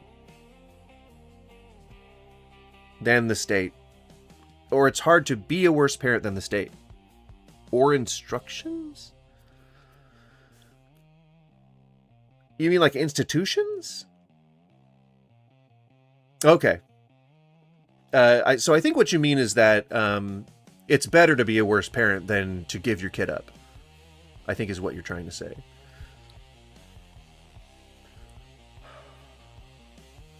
I mean, I think if you're unsure that you're going to be a good parent, don't have kids. Like, you have that choice. You can choose when you put your penis in something. You can choose that. That is an active choice that you can make. You can choose not to do it. And even if you're in love, like you can still choose to protect yourself or to take action after, an accident happens like that. Imagine living without religion or strict views on abortion. Imagine. It's almost like you could do anything you wanted. Crazy, right? Christians hate this man. Christians hate these atheist men. They can just do whatever they want. How dare you have a fulfilling life? How dare you be happy? Finding joy? That's for demons. All right? Only demons are happy. Okay? God makes you happy. And I know that because he told me that. All right? God makes you happy. You're not allowed to be happy any other way. Now eat your manna. Do people eat manna? Is that a thing? Come on, Terrence. Bonds with chlorine, and in the next octave, the chlorine becomes potassium. I'm sorry, what? Male to female, and if it bonds with chlorine. Hold up. That's just an. just looking at the... We were only 8 minutes into this. There's 11 of you. How did we get... How different is it, raising boys versus girls? Jesus Christ. What's been He was... I would not have been surprised if he had just gone into that tangent from here. Like, that, I was about to say, like, this is exactly what Terrence does. Like... I don't know how we somehow got, like, to 25 minutes into this, but... I was about to say, this is so unsurprising. But it would be really unsurprising. Sorry, continue, Terrence. Sorry. Because they're a little more manipulative. They're smarter. Oh, okay. Well, I wouldn't have thought that would have been the reason he said that girls are harder to raise. See, I was thinking about being, like, trying to be the best dad that I could, as a girl dad, and how difficult that would be, because I would care so much, because I'd be so scared, and, like, I probably love my daughter so much that I want her to be, like, just have the best life ever. But, like, he's saying that they're harder to raise because they're more manipulative. What the fuck, dude? You shouldn't have kids. The child inside the womb, the moment that the woman's body recognizes a little girl, about 3 months of gestation, it floods it with estrogen. And so it causes these connections between the left and right hemisphere, almost 3 to 5 times the connections, from what I've read, that men have. Men have this myopic thing, see this. But, I mean, at least he's speaking the truth that women are smarter than men. But I don't know about any of the other stuff that he said before. It coming out of his mouth, it doesn't sound credible. But he could honestly tell me a perfect recipe for a grilled cheese sandwich, and I still wouldn't believe it. Because he's so fucking crazy. Go and do it. But girls and he just makes shit up. Girls are so much smarter naturally than the men, and they learn how to manipulate. They learn to cry, they learn to smile, they learn all of that. And then they're gullible because they think they mastered men by mastering manipulation. Okay, so they're both manipulative and gullible. Interesting juxtaposition. But hey, people, that's not necessarily opposite things.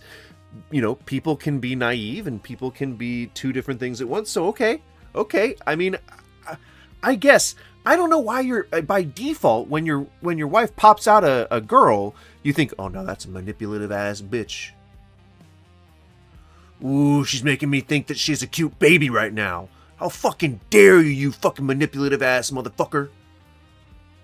Ooh, that's all that estrogen. Ooh, my daughter, I'm gonna fucking beat the shit out of you.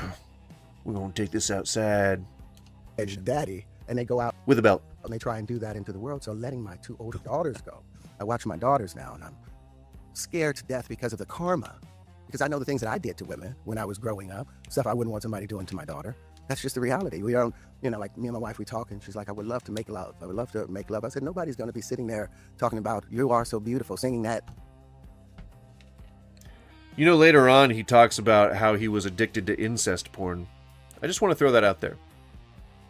Oh, yeah.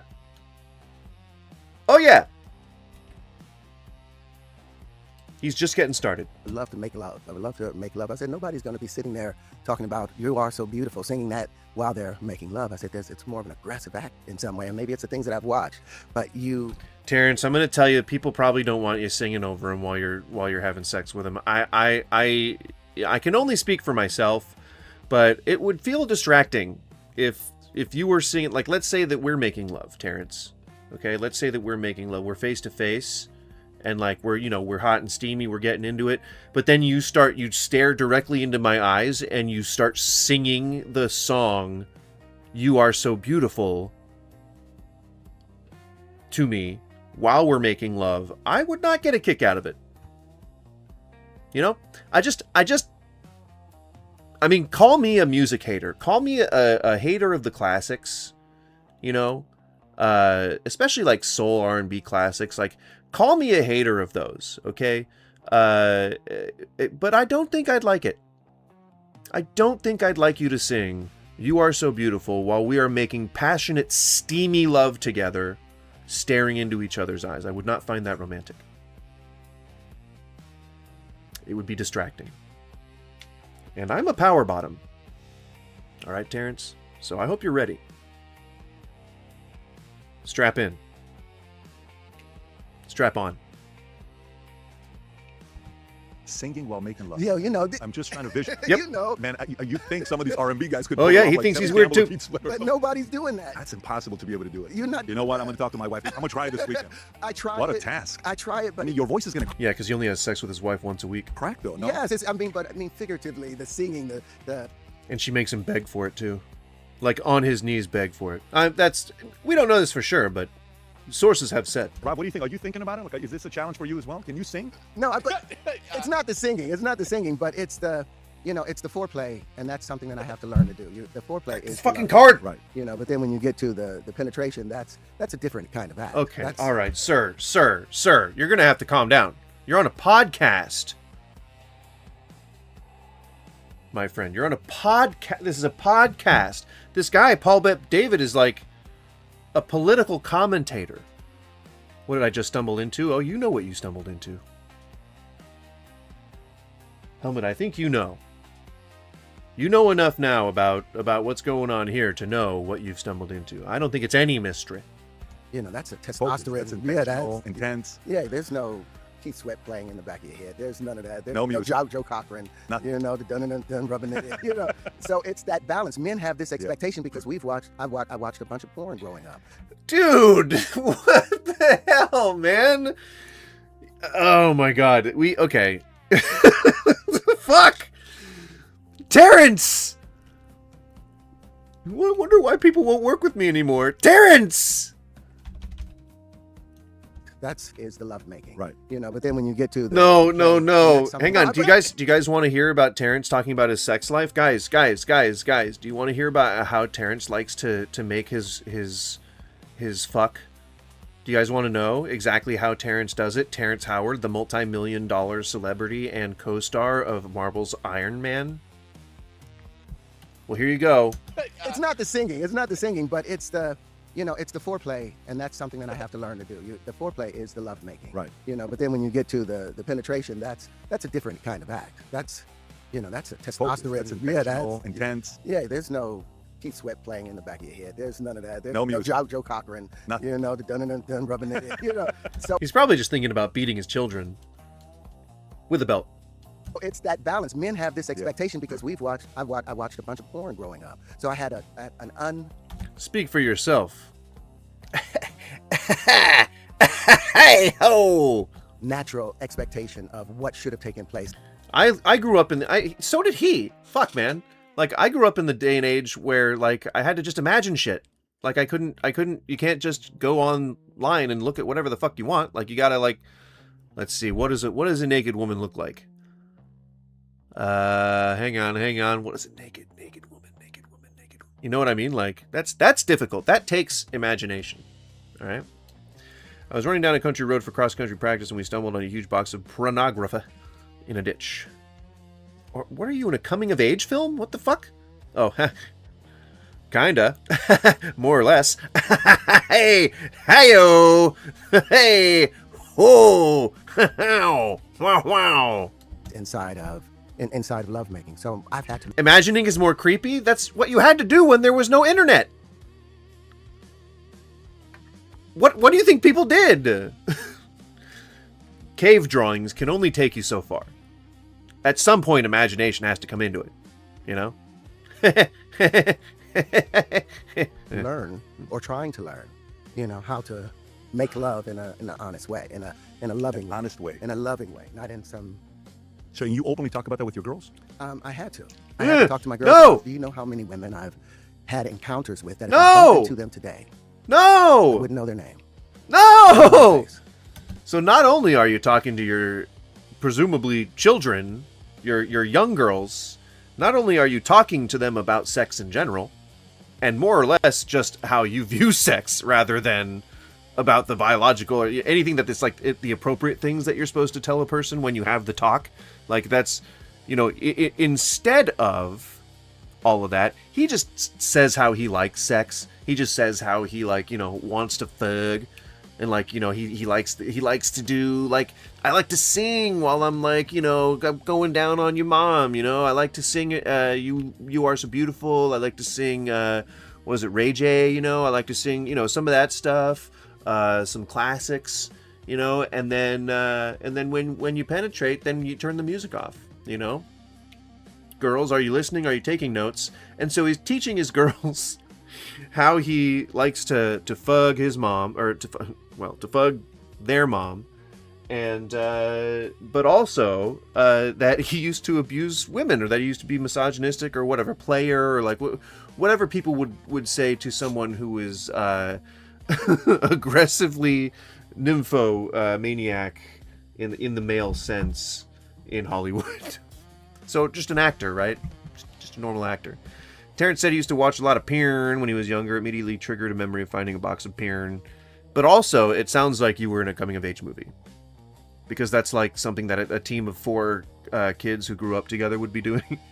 I was like, do you want to be like that for somebody? Because men have game, you know? And I hope that that's enough. But karma doesn't allow that. My daughters probably end up having to deal with the same thing that I did to women.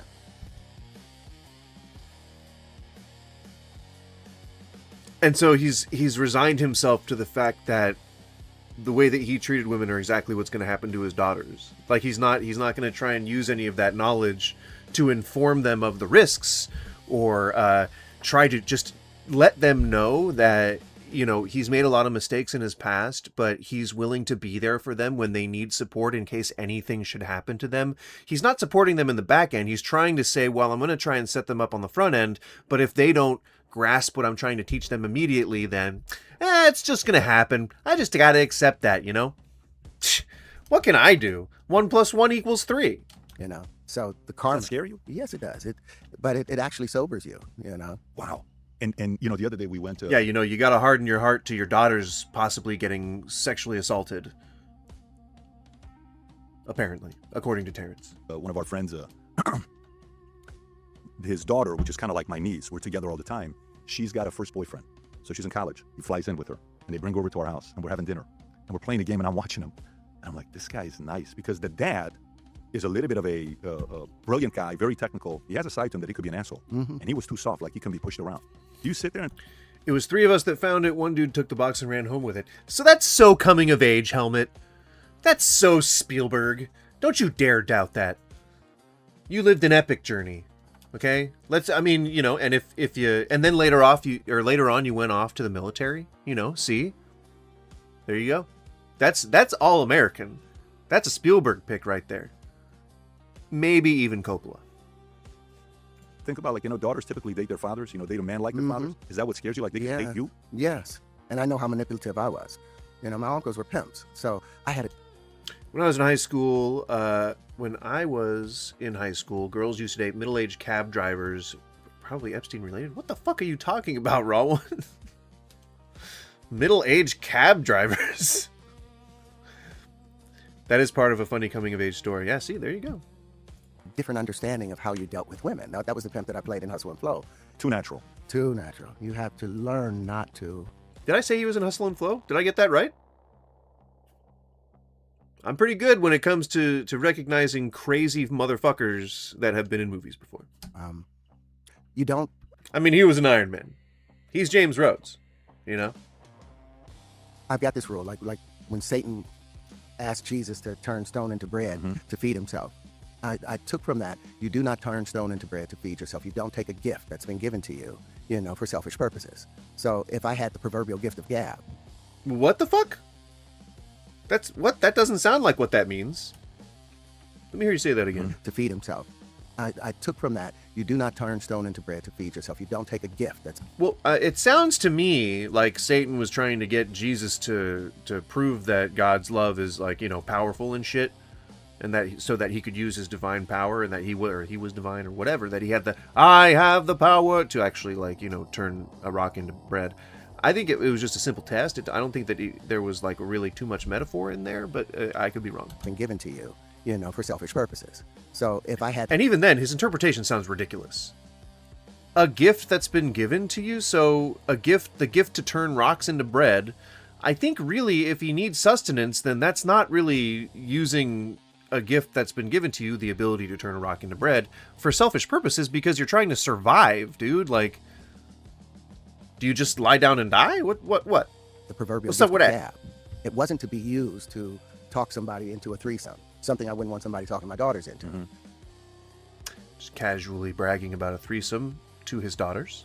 But I've done that, in the growing up stages, and Yep. that is something that it hits you. It constantly comes back.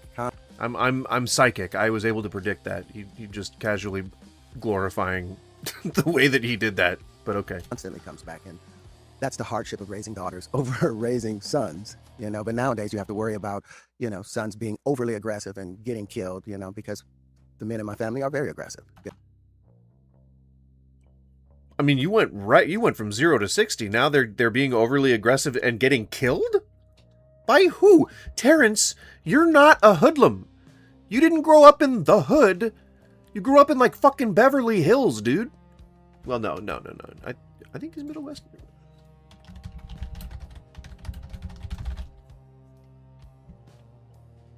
Chicago. You grew up in the hood, you son of a bitch. Either way, that's not where your kids are growing up. You're very well off.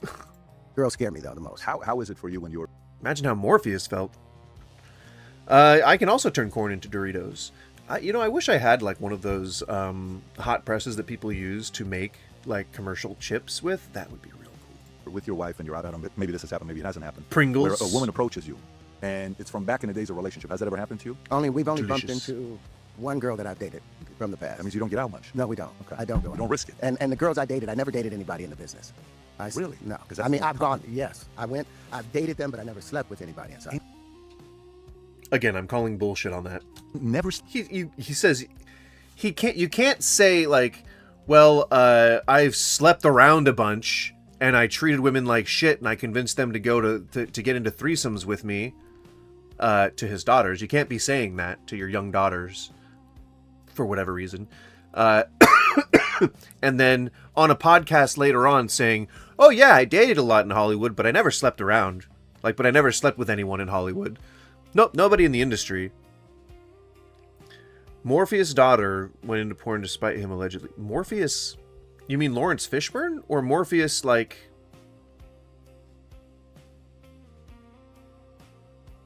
Morpheus in the Matrix? Or which Morpheus? Slept with anybody? Nobody. Lawrence Fishburne? Inside of it. Never. No, nobody. I dated Naomi Campbell. I've gone out with, I'm not even going to run the list, but I've gone out with a lot of girls. Yeah, I don't. Morpheus the actor? You're starting to confuse me even more. I think you're talking about Lawrence Fishburne. Girls, I've slept in the same bed with them. But oh my god, you can't go right up to the edge and then keep stepping back. That's not how stories work. You're just leaving that part out. You definitely slept with them. You definitely slept around in Hollywood. I would guarantee you that there are probably articles. I'm not going to look them up because we're running short on time. I really want to keep playing this. But I could look up articles. I guarantee you I'd find someone who at least accounts for having sex with you once during your career in Hollywood. You lying motherfucker.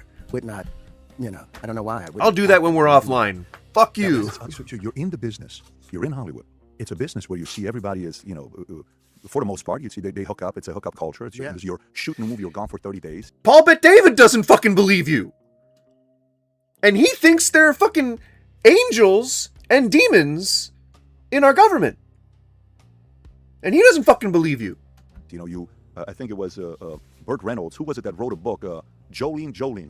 Who's the singer of Jolene? What's her name? Dolly Parton writes, I think in a book, she says, we're doing a movie. You could fact check this, but I read this either in her book or somewhere. Her and Burt Reynolds are doing a movie, and they had never been together before. And she just says, listen, let's get it knocked out of the way so we don't even think about it. And My nipple they itches. go into their business, and then they do the movie. Could have been her or him or somebody else. But for you to say nobody ever, it's not like you didn't have the chances. I would say that's just a baseless rumor. My nipple still itches. I would say that that's a baseless rumor. Dolly Parton would never have done something like that. I mean, she wasn't really a big, she never slept around in Hollywood. She got out of Hollywood because of all the just rampant, sex parties and shit. Exploitation. Sexploitation, if you will. That's right. You guys can take that term and you can use it if you'd like. You have my permission. I know that I just invented an amazing new word, and it's going to be used for generations upon generations. So feel free, please. Angels and devils working for the state, probably true. We don't even, you cannot. Sure, we'll call them angels and devils. You're a good-looking guy. I dated a lot of girls. I dated a lot of them, but at the time, still, I was latent homosexuality. Between being a Jehovah's Witness or trying to study as a Jehovah's Witness. Not an accusation, just an observation. But there's a feeling of what is your prey. You know who. Dude! Do you have to frame it like you're a predator?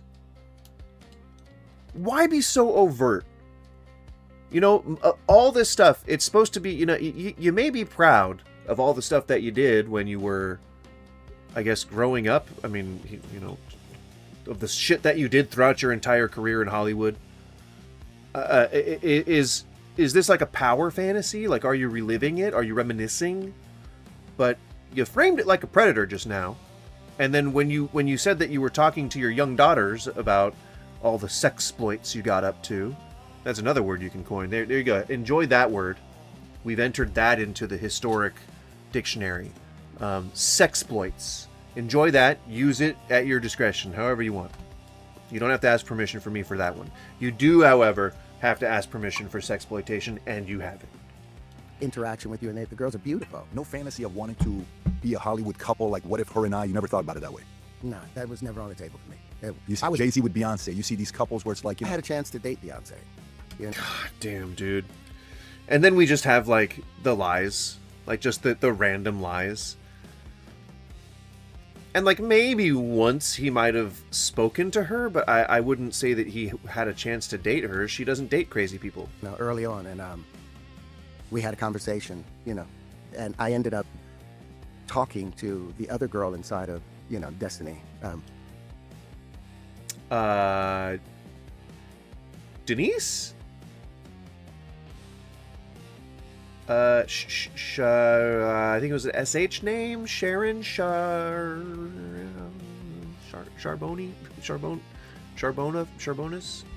The girl. Charbonaris? And I remember Beyonce looking over at me, and I think that's why she picked me to do that dance when she did the kind of striptease dance that we did at BTs or whatever, to show me what I'd lost. God damn. Okay, so let me get this straight. So because you rejected Beyonce,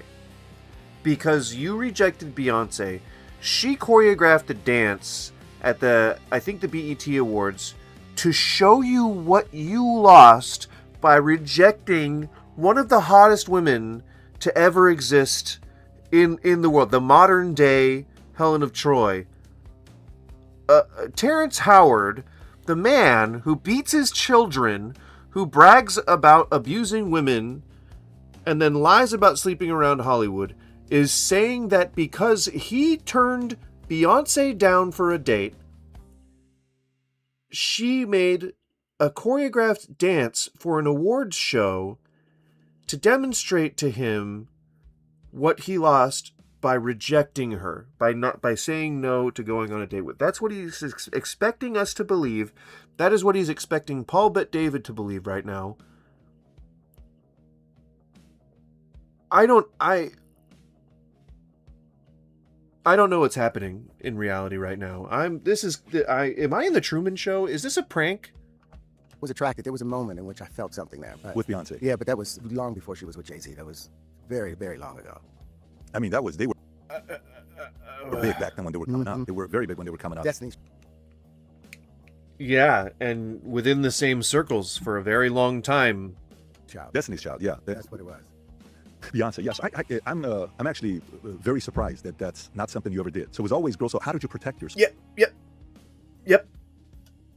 Paul, I'm right there with you. I normally disagree with you, but you're asking all the questions that I want to be asking right now. So why wouldn't you have done that? Why wouldn't you have wanted to get with one of the most beautiful women on the planet? Why wouldn't you want to do that? What was keeping you from saying yes to the hotter girl? What was keeping you from? And you never, like, you could have dated, if they, why would anyone believe that you rejected Beyonce? tough. As a guy that's in movies, you're famous, you're a celebrity, girls are throwing themselves at you. How do you protect yourself from not getting in trouble the way a lot of the other guys got in trouble? Well, you don't crap where you eat at the same time. Yeah, it's always good to see dating that way. It's always good to equate women with taking a shit. Yep, that's really romantic, Terrence. I think that it's really unsurprising that women were throwing themselves at you. I knew that all of those things come back, and the people inside the business, how many of them were hooking up. I didn't want to get involved with that. I didn't want somebody Was a girl ever surprised when you said no to her? Yeah, a few girls was like, one girl was like, don't you want to know what it's like to be inside of me? And I said, I'm already inside of you. He was probably wearing that stupid fucking hat when he was saying that too. That stupid fucking cigarillo hat. That, oh my God, what a douche. You know, we're already communicating, you know. I'm already there with you. But it wasn't we didn't have that passion. The passion wasn't there. When I met my wife, the entire world came together, and, you know, I understood eternity from meeting her. I didn't feel that with the other women, you know. So I had girls that I would hang out with. You know, everybody has when you're growing up, you got some. And today I said, What does that mean, Terrence? Do you have a? Can you elaborate on that? What do you mean that you had girls that you hung out with, like multiple, like you got some? It sounds like you slept around, and it sounds like the earlier stuff that you said about abusing women was more true than your then hypocritical claim that you didn't sleep around in Hollywood, which again I'm calling bullshit on. Back, and I think that's somebody's mother now. That's somebody's grandmother now. You know, the stuff I was asking. Yep, and all the girls you abused were somebody's daughter, somebody's sister. Asking them to do. I mean, that's the regret. That's the regret. You just, you know, but you deal with it. Yeah, you know, does it at all bother you when he talks about this stuff, or no? Not at all. I'm amazed by that. Okay. It's because she sees the paychecks too, you fucking goon. No, people don't say goon anymore as a derogatory. They use it to describe spooging. You dork? Yeah, that's good. You dork. Yeah. Take that, you dork. Today, they hit on it with you there. How do you react to it? How do you handle it? I mean, I handle it with grace and a smile, you know. I'm like flattered. guys try and talk to her. I mean, you have a beautiful wife, so it's not like, you know, both of you guys are... Yeah, guys try and talk to her, meaning that he's still open to threesomes. I think he was even saying that he was, like, down to have, like, orgies. Like, he was a free love kind of guy in the podcast with Joe Rogan, where he originally unveiled this whole, like, 1 times 1 is 2 thing. Terrence Howard isn't a cool dude. Yep.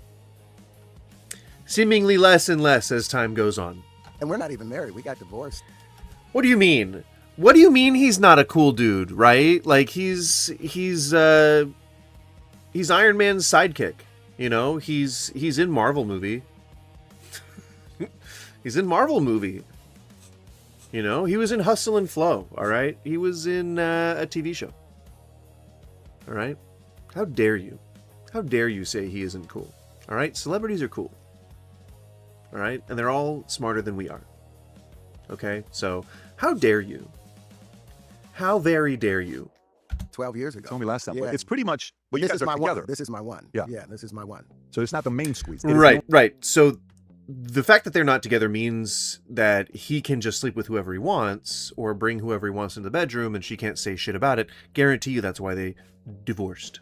It's the only squeeze. Okay, that's It's good. the only squeeze because we're starting to look like each other. You know? She's actually become more me. That is so funny. You know, you see couples. Yeah. I've never seen any of the Iron Man movies. Iron Machine Man. There is a Marvel guy. Is Machine Man Marvel or DC? I don't remember. But yeah, there is a Machine Man, and Iron Man is a staple of the Marvel stable.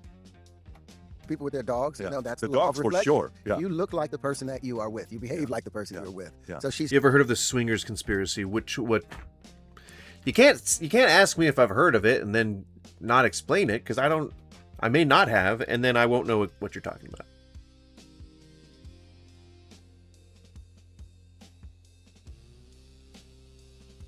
Sorry, I'm receiving text. Oh God, fuck yourself. June 8th.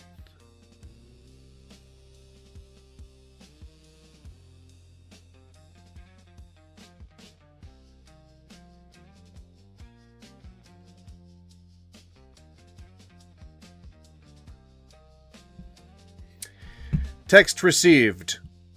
Changed me a lot, but guys come up and try and flirt with her at other times, and she's so kind about it. She's like, wow, you're handsome, but not in this lifetime. Maybe the next one.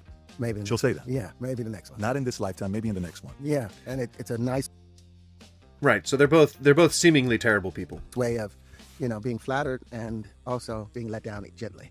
Yeah. So marriage and parenting, both questions. When I'm building my national business, I was building an insurance agency, so I was on the road 6 months out of the We're gonna jump ahead. You commit to the character.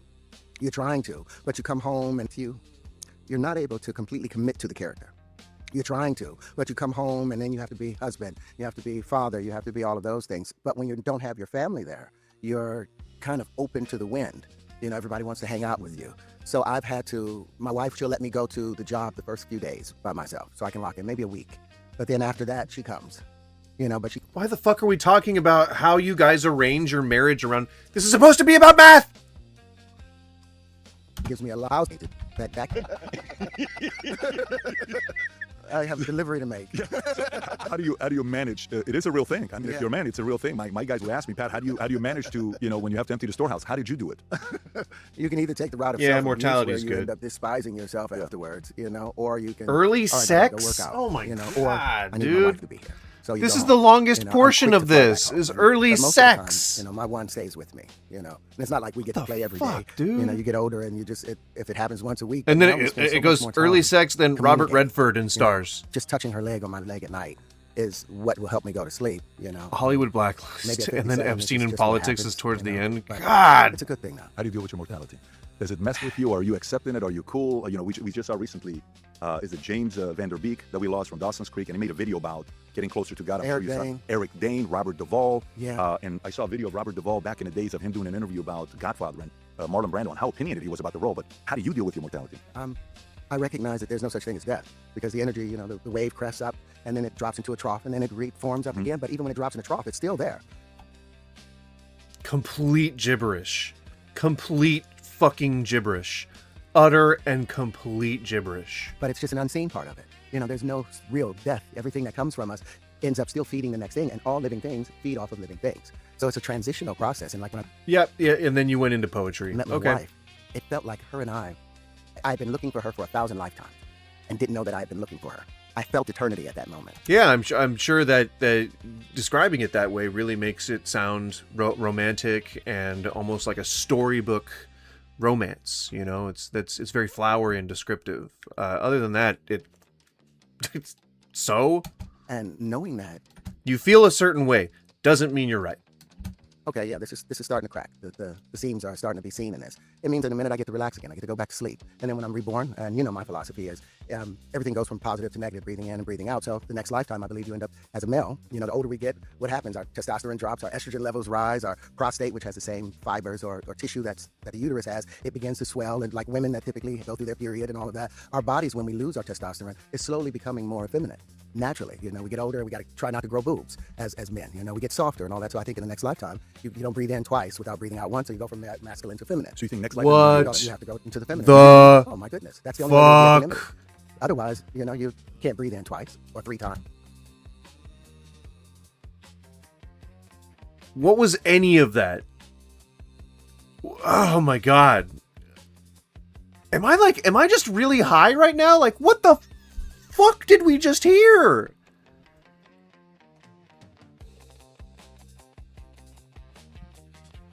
Let's hear it again. Typically go through their period and all of that. My philosophy is everything goes.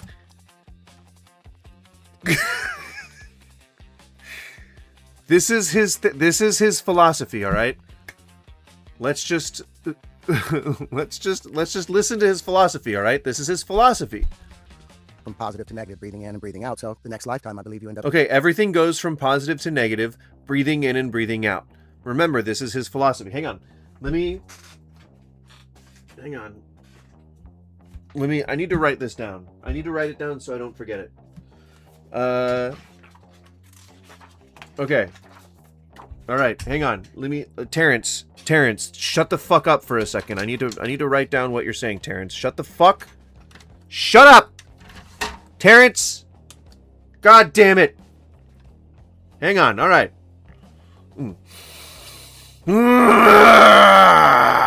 Come on, Terrence. And you know my philosophy is. All right. Yep. We're about to go over your philosophy. Let's talk about your philosophy, okay? All right. Okay. Terrence, hang on. This is gonna be bad. This is gonna be bad handwriting, but just bear with me, okay? I can read it. That's the important part. And I can't write for shit either. I'm totally not doing words right. There we go. Terrence's philosophy, okay? Here we go. All right. I'm gonna write it down. We gotta write it down. Hang on. My philosophy is everything goes from positive to negative, breathing in and breathing out. So okay, everything goes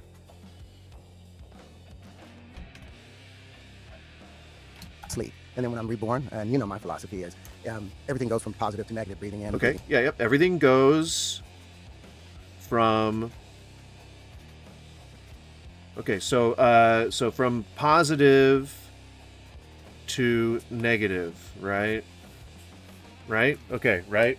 Positive to negative? You can't see that at all. Breathing in, and breathing out. All right, good stuff. Go on, Terrence, go on. Out, so the next lifetime, I believe you end up as a male. You know. Okay, so in the next lifetime, not this lifetime, but the next lifetime, okay? So in the next lifetime, I believe you end up as a male. I believe you end up as a... All right, good stuff, Terrence, good stuff. I'm writing this down. We're going to build the Bible together, okay? You and I, you and me. You and I together, I and you, we're going to learn, okay? What do we get? On Monday, let's study Terrence McKenna, the guy who does drugs to discover God. Where's the zero origin point, though? Cursed to be a white male. What?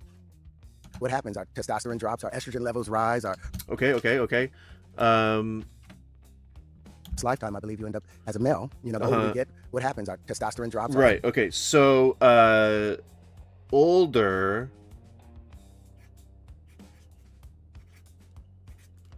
Right. The older we get, you know what happens? Our testosterone drops. Okay.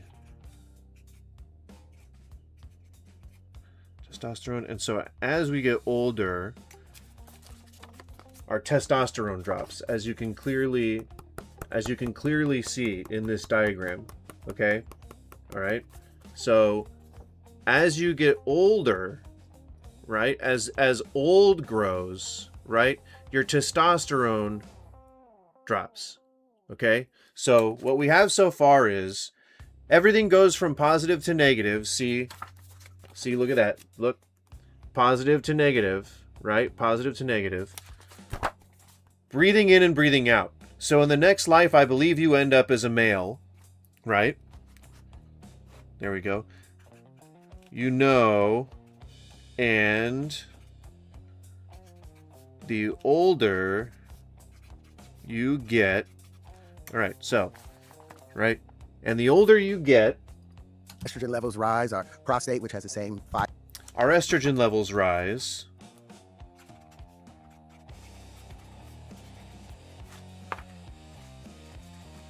Our prostate, okay, I don't like the direction you're going here, but I'll bear with it. Our prostate, which has the same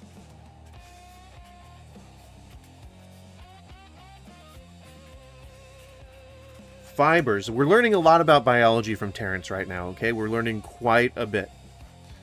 So your prostate has the same fibers or tissue that the uterus has. Or tissue that the uterus has. That's just biologically incorrect.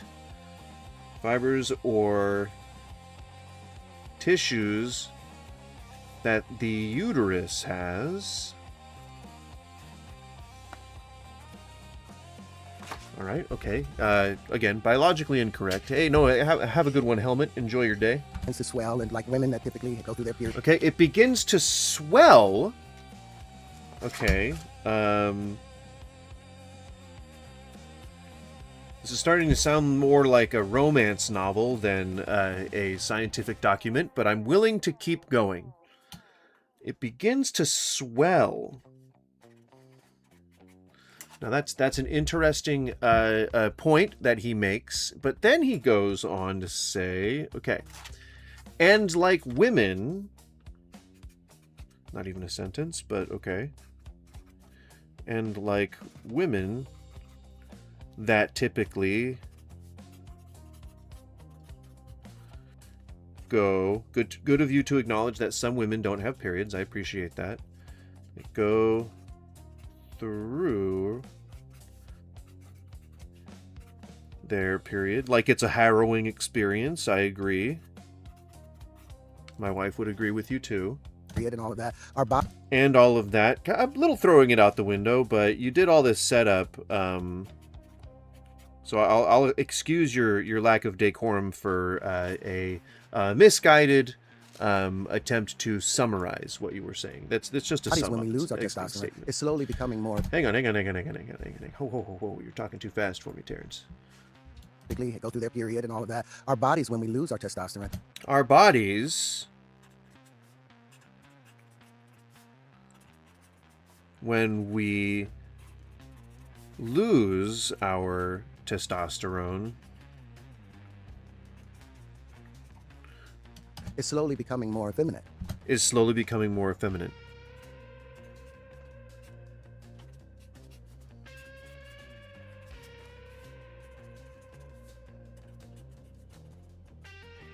Okay, now this is starting to sound a little bit almost political, but still just kind of biologically incorrect. But let's bear with him. He's still laying out his overall philosophy. Now, he set this up by saying, now you know what my philosophy is. So I'm assuming that this is just his general philosophy for life. So it's probably going to make sense in the end here, but let's bear with him. Naturally, we get older, we got to try not to.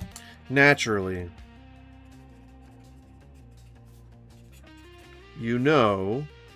Verbal run-on sentence.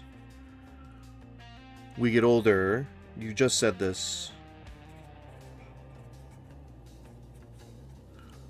And we got to try not.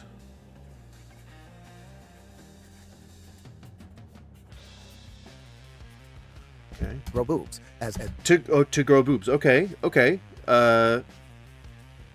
Sure. Yeah, that I guess that has a little bit to do with testosterone. So we're not completely in left field here. Okay. It's still strange, but I'm willing to hear as men. Okay, as men. I don't think you needed to specify that, but go on. And all that, so I think in the next life. We get softer.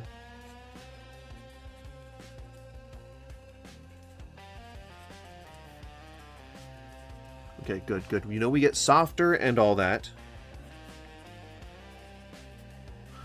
So I think in the next lifetime, gosh, I feel like you're repeating yourself here, but we'll keep going. So I think in the next lifetime, you don't breathe in twice without breathing out once. You don't breathe in. It sounds like a philosophical quote, but I think this is part of the overall philosophy. You don't breathe in, right, not out, in twice, without breathing out once. Which only makes sense in that it is someone stating the obvious so far, but it also sounds stupid. Lich Lieber, the earthquake in Israel is coming. What? Anyway, what's next? You can't really arrest him for his views, spirituality, or philosophy, or whatever. No, but I can call him a lying piece of shit. You go from masculine to feminine. So you think next lifetime you're going to be a woman? You have to go into the... Wait, whoa. So I think in the next you don't breathe in lifetime... twice without breathing out once, so you go from masculine. Right, okay. Without breathing out... Without breathing out once. So you go...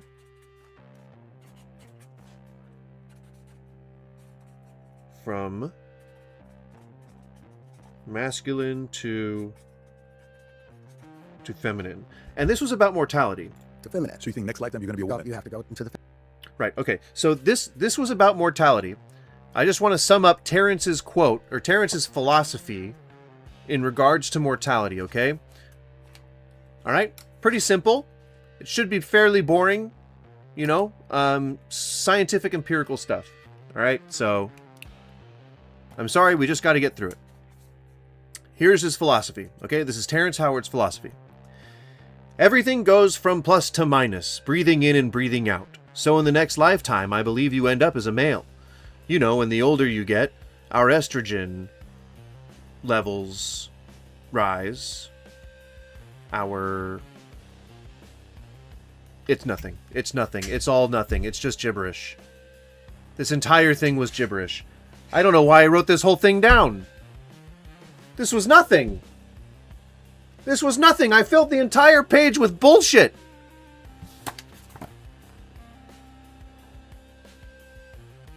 Our prostate, which has the same fibers or tissues that the uterus has, it begins to swell. I think that happens to all men. Everyone with a prostate, at least.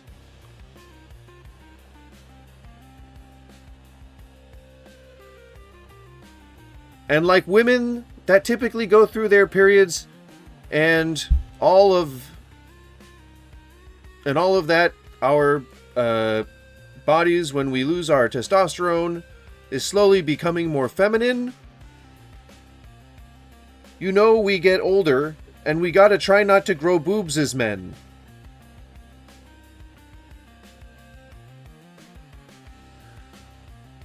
I thought it would all make sense in the end. But I don't know what I'm looking at. That's his philosophy. This is what he said. He's like, you know my philosophy. Hey, hey, we're having fun. We're talking. Hey, you know my philosophy. And then he says all of that. And Paul Bet David goes, oh, so you think in your next lifetime you're going to be a woman? No, Paul Bet David, that's not what I was saying. Were you listening at all? You really believe that? Oh my goodness, that's the only way there would be equanimity. Otherwise, you can't breathe in twice. I don't think that's a word. It has to be the ebb and flow. The cloud moves forward a little bit, then the cloud takes a step back, and then it pushes two forward, and then it takes a step back. So that equanimity, I think, allows for karma to take place, because what we've done in this lifetime as males will be done to us in the next lifetime as females. And sooner or later, you learn how to be extra medium. Are you smart enough to answer this basic geography question? Is the Caucasus Mountain Range in Ukraine an archipelago, or an island, or neither one?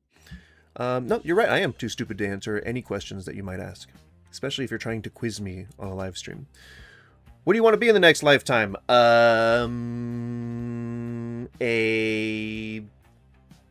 Maybe like a flying thing? Maybe like a dragon of some sort? Or a transforming robot? Now, those are questions I like to answer. Stay right in the center and not do too much. You really believe this? Honestly. When did you come to this conclusion? Maybe about 10 years ago. 10 years ago. Just yeah. what prompted it? What? Just 10 years ago, he came to the conclusion that I believe, or in the next lifetime, I believe you end up as a male. You know, and as the older you get, our estrogen levels rise. Our prostates, which have the same fibers or tissues as the uterus has, it begins to swell. And like women that typically go through their periods, all of our bodies, when we... Apparently, Paul Bet David is just on board. Which, hey, that's good to see that sort of, that amount of coming together over this topic of mortality. Electricity and to magnetism. Electricity does the same thing. It's always seeking that higher pressure condition. And when it gets to the very center, like it comes in through the North Pole and through the South Pole, and when it gets to the center of the Earth, it has no place left to go, and it keeps still trying to spin right, and there's no room for it, so it's forced to spin to the left. And it comes out as radiation, as magnetism at the equator. That's just...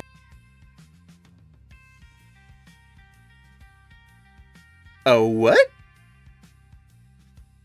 It's the natural process. I guess maybe I don't know enough about, would that be geology? To be able to weigh in on that, but it sounds like a bunch of bullshit. And really, I mean, isn't the important thing here that Terrence has lost all credibility? So that even people on the ground who are trying to absorb his information and try to at least make some... I guess they're trying to steelman. You know, they're trying to steelman his point here. And I can't pull logic out of it. Like, I don't think that's how electricity works. I don't think that you can, like, that you are talking about, like, the subject that Paul Bet David is bringing up. He said, so in the next lifetime, you're going to be a woman. I don't think he said, and he said, when did you come to this conclusion? 10 years ago. Just looking. What prompted it? What? Just looking at the conversion of electricity into magnetism. Electricity. So looking at the conversion of energy to magnetism, which I don't know is a thing, it doesn't sound legitimate to me, but just looking at the conversion of electricity into magnetism is what caused him to discover that prostates, because they're made from the same tissue as uteruses, that they swell and our estrogen levels rise and we become women in the next lifetime?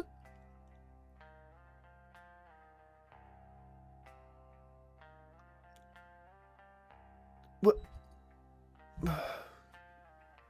I mean, it doesn't match up. And it doesn't make sense. It's like, I feel like I'm watching an Adult Swim cartoon right now. I feel like I am like watching one of those UK comedy specials where they just do like just weird out of left field shit that doesn't make any sense, and you're just kind of watching and you're like, what did I just watch? Or like we do that now. That's on Tim Robinson, I Think You Should Leave. That's very, very UK comedy inspired. Very Saturday Night Live kind of stuff. Does the same thing. It's always seeking that higher pressure condition, and when it gets to the very center, like... What is that? Now, I wish that somebody who knew something about electricity could tell me what that means. That it's always seeking that... Version of electricity into magnetism. Electricity does the same thing. It's always seeking that higher pressure condition, and when it gets to the very center, like... It comes... When it's always seeking that pressure, and when it gets to the very center? What? The end is nigh, and only Jesus saves. Why did you posted this the other day, but you didn't actually interact with me at all? That's really sad. You know, I would think that Christians love talking about this kind of stuff. In through the North Pole and through the South Pole, and when it gets to the center of the Earth, and also, what kind of person just dips into a live stream and just does those little copy pastes? Don't you want to act like a real human being? Or just go around spamming things. It's weird, man. Although I do agree with your username. Dogs are indeed God's gift. There's no place left to go, and it keeps still trying to spin right, and there's no room for it, so it's forced to spin to the left. Can't you give me a Bible passage about how cool dogs are? Then I might welcome you, you know? But otherwise, you're being insensitive. I don't even know. I don't even know which direction you're heading. Also, aliens are demons that pretend to be aliens to damn the people. Sure. How would that damn anyone? How would aliens damn anyone? Like, wouldn't they just present themselves as demons? Dogs are really cool. Mine well-fed, ready to go to sleep. Yeah. Mine are pretty much in bed at all times. And it comes out as radiation, as magnetism at the equator. Right, so the electricity wants to go right and is forced to turn left, and it comes out as radiation and as magnetism at the equator, because he didn't differentiate the two. I need somebody who knows a little bit more than I do about geological electrical currents? And why do they have anything to do with the prostate? Swelling, because our estrogen levels fall as we get older, or rise as we get older. That I don't even know if that's true. He just said a bunch of stuff. And like women that typically go through their period in all of our bodies when we lose our testosterone is slowly becoming more feminine. That doesn't even make any sense when I repeat it. I wrote it down. I wanted to try and piece it together. It makes no sense. I have a lot of space. They're free to go outside or inside whenever they want. Oh yeah, I got one of those doors, so they can move about freely, but they choose to be in bed most of the time. You know? Manipulation. Why does that have anything to do with bringing people away from God? If they pretend to be aliens, they give validity to atheism. No, they don't. How does believing in aliens reduce your position as religious people? Can't God have created aliens too? Seems weird. It seems like you're limiting yourself. And I don't know. I don't know that I'd want to follow a religion that makes me so limited. But That's you just do the natural process. And if elements do the same thing, they start off with lithium as a +1 and you get into the next octave. At the very end of it, it's made as fluorine. What the fuck? You're talking about musical terms. So okay, so the oh my God, Terrence. So electricity goes into the center of the earth. The last question that was asked of him was what made you want to think about the idea that you end up as a male in your next lifetime, that the older you get, the more your estrogen rises and testosterone falls, causing you to have to avoid trying to grow boobs when your prostate swells because it's made of the same tissue as the uterus. Why is any of this related to electricity going through the center of the earth, Terrence? And it goes in through the center of the earth, and it spins right, even though it wants to go left, and so spinning right causes the electricity to come out as radiation and magnetism. That's what drove you to learning about women that typically go through their periods, and all of our bodies, when we lose our testosterone, is slowly becoming more effeminate. Now, those words together, I can extrapolate their meaning. I think people with brains can understand kind of what you meant, but those words together on paper don't make sense together. I said together twice, but they don't make sense when strung together on the internet. Here, on this piece of paper, here on the internet. They don't make sense. Terrence, they just don't. Please.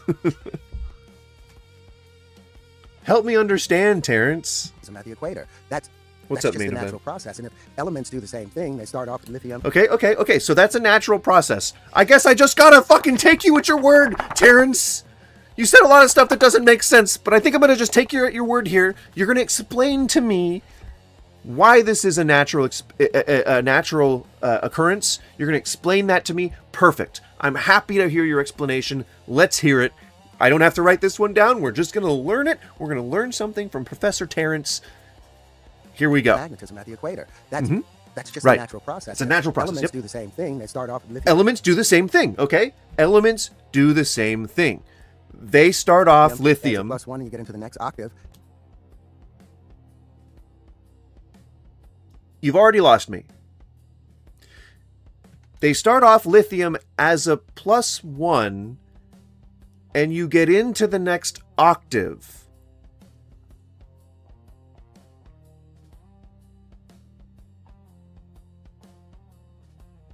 Do scientists agree? Does octave have anything to do with elements? Is that a thing? I'm gonna look that up. I don't know what I'm gonna type in though. Elemental octave. Elemental octave. Nope, that is not a thing. I'll type this in.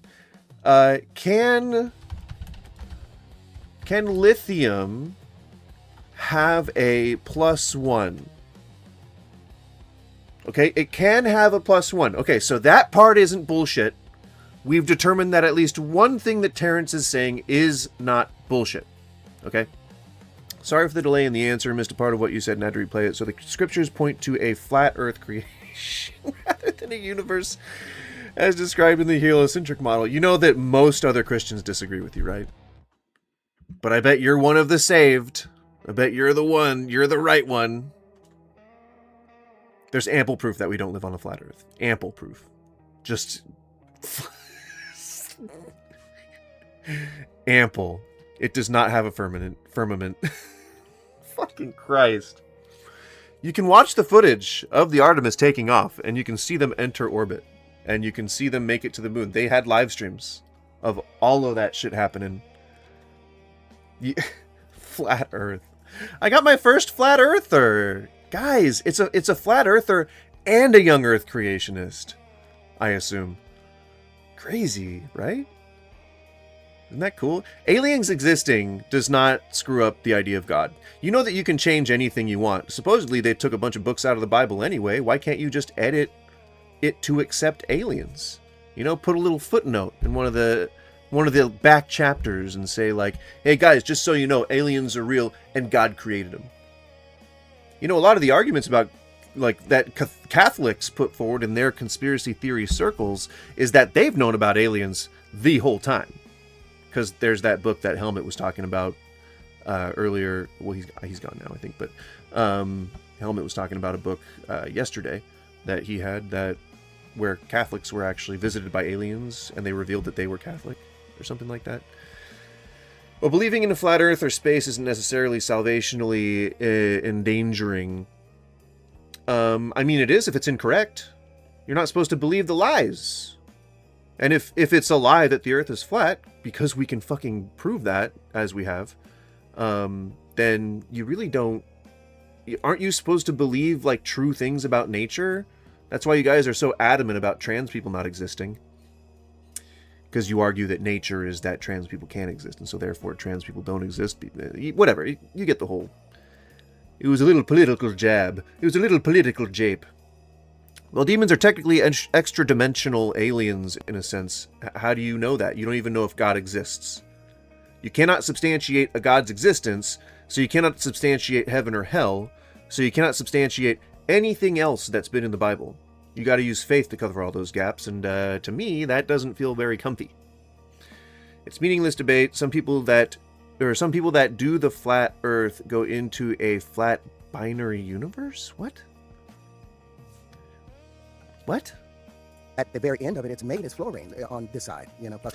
Right, so elements can't enter another octave.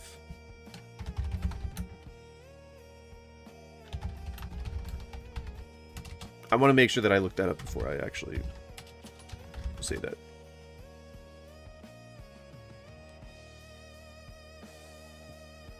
Nope, elements don't have anything to do with octaves. So, and he is pretty well known for trying to equate like sound, like the concepts having to do with sound with science, because he talks about how humans can enter a higher frequency and shit like that, you know?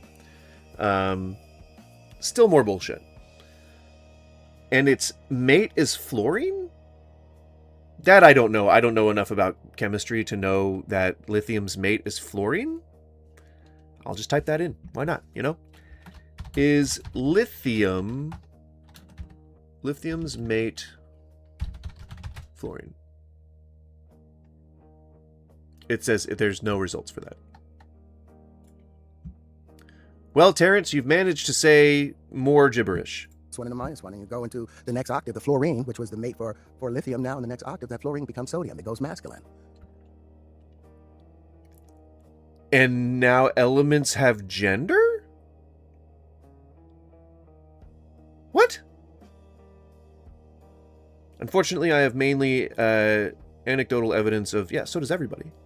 There is no like accepted evidence that proves that God exists. His presence helping me as a person, right? And you could attribute that to you having put in all that work, you know. You got to establish where. I mean, you don't have to. Like, you be religious if you want. I ain't gonna slight you for it. You got to establish where consciousness is. That would be the next step, right? If 'tis in body or out body, then you can get into frequency shifting. Yeah, I mean, not really. Probably. You don't know. Is it a waveform? Is it is it particular? Is it fuck? I don't know. Is it like a light thing? Who knows? Like what would be the basis of consciousness if we could measure it or if we could observe it? You know. That's all shit that we have yet to figure out, I think. With the Bible and its historical descriptions. Right, you know, I think a lot of to me, personally, having grown up church adjacent, to me the Bible stories sound a lot like a collection of both historical accounts and allegories. Some of those accounts may be embellished. A lot of that is from the eyes of the victors, who happen to be the people who go in and conquer other nations. So if they say that those nations were burning babies and having sex orgies, then there are no other accounts to refute that other than first-hand accounts. You see what I'm saying? So I feel like it's a bit biased. I feel like it's a bit of a, you know, it's a bit of a book that should be taken with a grain of salt. And so I don't really trust it when it is used as evidence or some philosophical argument to prove God, because to me that doesn't hold the water. Or pass the muster test, I believe. What's the right term for that? You should really be trying to debunk Terence McKenna, not Terrence Howard. I don't think I know who Terence McKenna is. And then that sodium bonds Did I search for him the other day?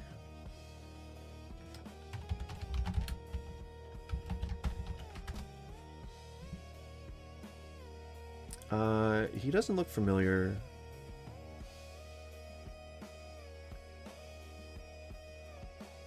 Well, he says that reality is a culturally sanctioned hallucination, which I don't really agree with. The vessel of consciousness is the soul. I think our souls don't have any material existence. Well, that would be, I think, the most modern interpretation of what the soul would be, is like just the whatever human consciousness exists when we're not alive any longer, or when we're like, I don't know, transiting space, or, you know, in those like crazy drug trips that people take when they see the face of God and stuff. Terence McKenna is the DMT philosophy of the 90s. Okay, so he's the guy that was all like, oh, we gotta take DMT to see God and shit. Yeah, I mean, I don't know enough about him to debunk him. Chlorine, and in the next octave, the chlorine becomes potassium. So it's going from male to female, and if none of this is anything. I'm sure that he's rehearsed his spiel enough to make it sound like he's not making it up as he goes, but I feel like a lot of this is made up just kind of in the moment. If as above, so below, you know, and if A is equal to B and B is equal with that, okay. to C, You're inserting biblical and witchcraft phrases into things, but go on. Find the common factor and multiply and divide. So if we're made up of all these elements, these chemicals. That doesn't make any sense! What did you just say? A is equal to B and B is equal to C, then if A is equal to B and B is equal to C, then A is equal to C. Find the common factor, multiply that, and divide?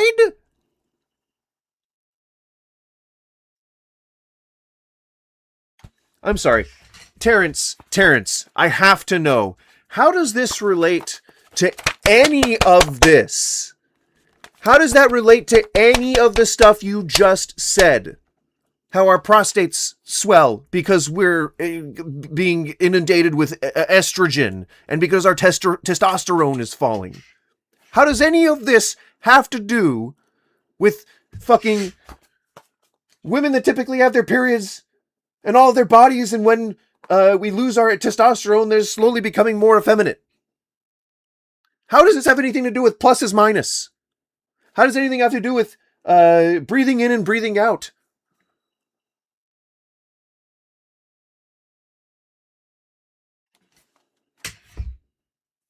Nothing, Terrence.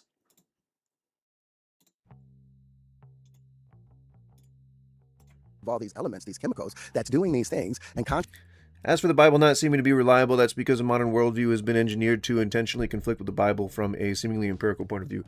You mean from like 500 years ago?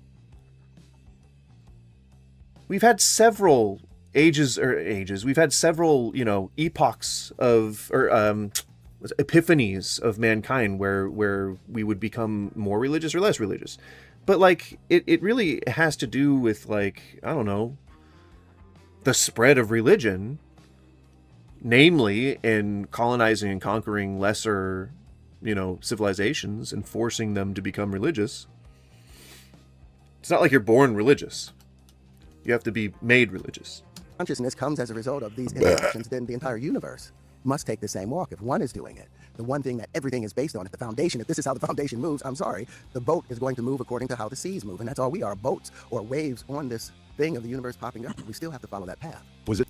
Again, gobbledygook. Just nonsense words. Like, he says so much nonsense that, like, I am trying to pick apart what he's saying, but this is 2 hours long. He says so much just bullshit. And we haven't even gotten into his sexual deviancy. This is like, and he does start talking about science, at least his version of science, and it is just like, it's even more indecipherable than this bullshit is. Like, is this prompted 10 years ago by you having man boobs and you said maybe this is what's happening? And it's like, kind of like, hey, is that like, hey, I used to have muscles up here, I used to be able to flex? No, I think it started with a friend of mine was having prostate. See, Paul Bet David couldn't even understand what the fuck he was talking about, so he's like, so this all started because you had man boobs? Like, he was even reaching. How old was he? He was only 60, and he was having serious prostate issues. And I began studying what the prostate is like, and trying to find a solution for him. Fuck, like, why does this focus around the prostate? Like, why can't it be like, I don't know, I was learning all these things about, like, my fucking chakras, or I was learning all these things about, like, my fucking third eye or some bullshit. Why is it I have to learn about my fucking prostate? Well, I had to learn, you know, how the prostate swells and how it's made of the same fibers and tissues as a goddamn uterus. Ever since I was young, I could hear God's voice. How do you know it was God? How do you know it was God? Even if he says he's God, how do you know it's not the devil? You don't know at all what that voice was. You can be convicted to hell and gone, and it still might not be God. How did they demonstrate that they were telling the truth to you?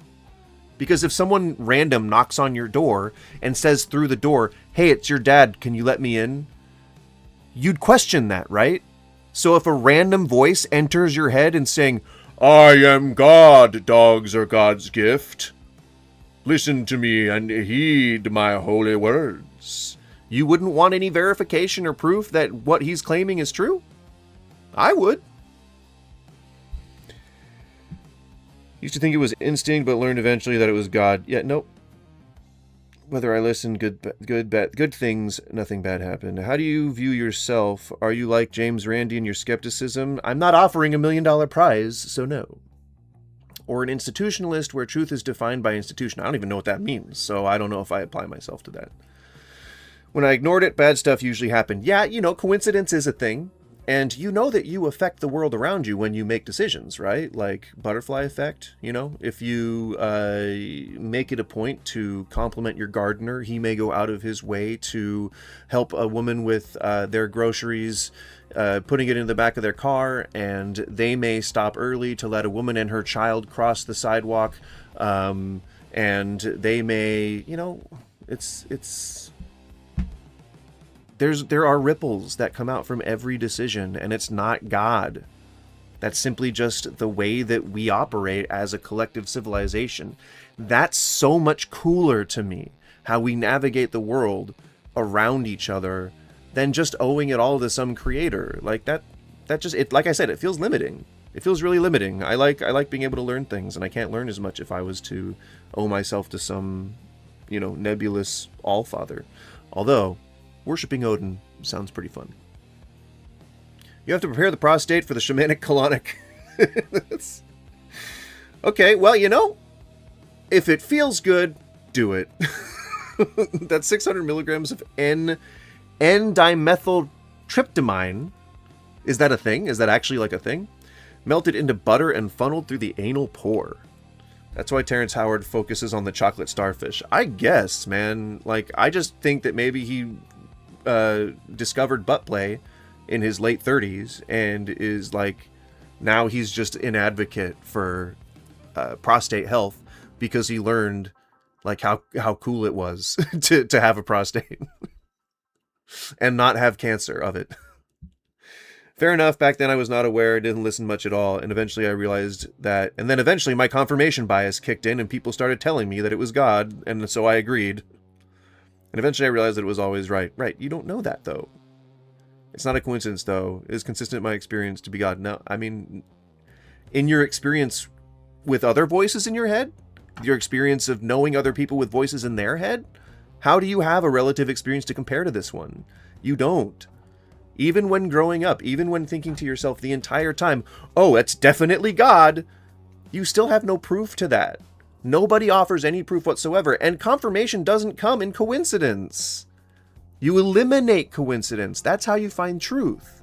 It's all the things that aren't actually already happening to everybody else. That is the answer. So I don't think that you're schizophrenic. I think that religious people truly do believe that they, hear, but not actually hear with their ears, and imagine God in their head and they hear his voice in their head, but it's not like actually it's a feeling of a presence. I know how people try to describe it. I don't think that it's like an empirically observable thing, like God is actually going into their head and speaking to them. I don't think they're schizophrenic. I just think that there's a lot of things that I talk to myself about in my head, but because I've just had different experiences than a religious person, or because I didn't grow up in the religion, it's just letting me know that I'm doing introspection. It's letting me know that my ego's working. It's letting me know that I'm the different parts of my consciousness are cooperating, and I'm finally reflecting on something, and I don't, again, I've always said here that I don't hate religion, or I don't think that people shouldn't be religious. I think that religion helps some people. Whenever I talk about religious stuff, it's mostly just about people trying to push it on others, or trying to deny things that have been proven over and over again, or whatever, when it comes young earth and denying evolution and things like that, the bicameral mind. Oh man, they used a lot of that philosophy in the first season of Westworld. Very cool. That's what you're describing. Oh, okay. There you go. That's why I said it isn't a coincidence. I had doubts for years. God proved himself to me in a way that makes sense to me and confirms his existence. Absolutely. Okay, how? How did he do it? Did he manifest himself to you visually? And if he did that, how do you know, again, that it was beyond all shadow of a doubt God himself and not someone lying about being God? You know that scammers exist, right? And if we're made in God's image, then he's capable of scamming. Or, demons and whatnot.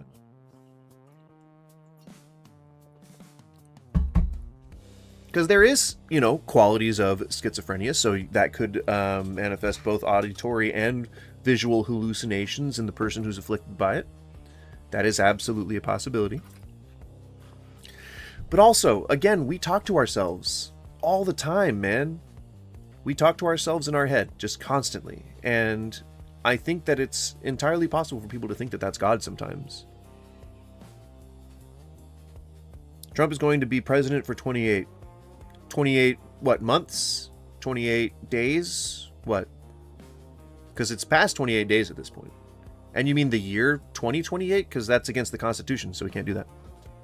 It looks like they're grooming Rubio to take Donald Trump's place. That's what it looks like. Because he's really deep into being the mouthpiece right now. And he's trying to be the mouthpiece of the administration at this point. And so I feel like they're probably grooming him to take the helm, if you will. That guy, Kyle, if you believe in evolution, you also have to accept that it's a 1 in quadrillion% chance, but people who deny it are crazy. Yeah, I mean, if you believe in God over the Bible, yes. If you just don't believe evolution, and you just are waiting to see more proof, then I wouldn't think that you were crazy. I would think that you just don't have enough evidence to believe that evolution is the case. But if you believe instead in a God, then I wouldn't necessarily believe you're crazy, but if you believe that it's a literal God that you can talk to and shake hands with, then I probably would believe you're a little touched in the head. But if that's what you need to be happy, then keep believing it, man. Just don't push it on me or try to implement it into any of my country's laws. And we'll be A-okay. We'll be hunky-dory. Why is Discord giving me announcements? I thought I had it closed. What? Stop giving me announcement or notifications. I hate notifications. I didn't think I thought I had exited Steam too. What people interpret as God is unitive mystical experience after William James that occurs in NDEs, the hyper-religiosity of Geschwind syndrome, and high-dose psychedelics, etc. I agree with most of what you just said. Who is the left side grooming to be president next? I would assume, what you call it? I assume that it, fucking what's-his-face, the anti-Trump. Gavin Newsom is probably going to be one of the leading picks for the left. But I don't think they have a unified voice, really. I think half the left is asking for somebody, half the left is asking for somebody else, you know, like, I don't know. I just don't think that the left has a cohesive voice right now. I mean, I'm not advocating for kids to pray in schools or anything. Yeah, right, but you don't have to just jump to God. We're talking about evolution. Your question was about evolution. I do believe that it's that rare circumstance. It is 1 in 1 quadrillion percentage whatever, and that does seem damn near impossible. But there's also a 0% chance that you could fall through the atoms in your floor right now into the center of the Earth.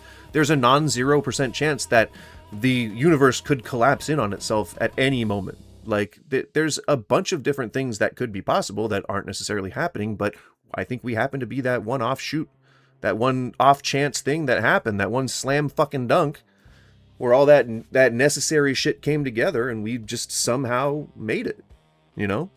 I think, if anything, that makes me more proud to be a human being. It's pretty fucking cool, man.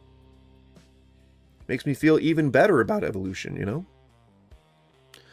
So it isn't an environmental cause that made me Christian or spiritual. I would not suggest that. I don't know you.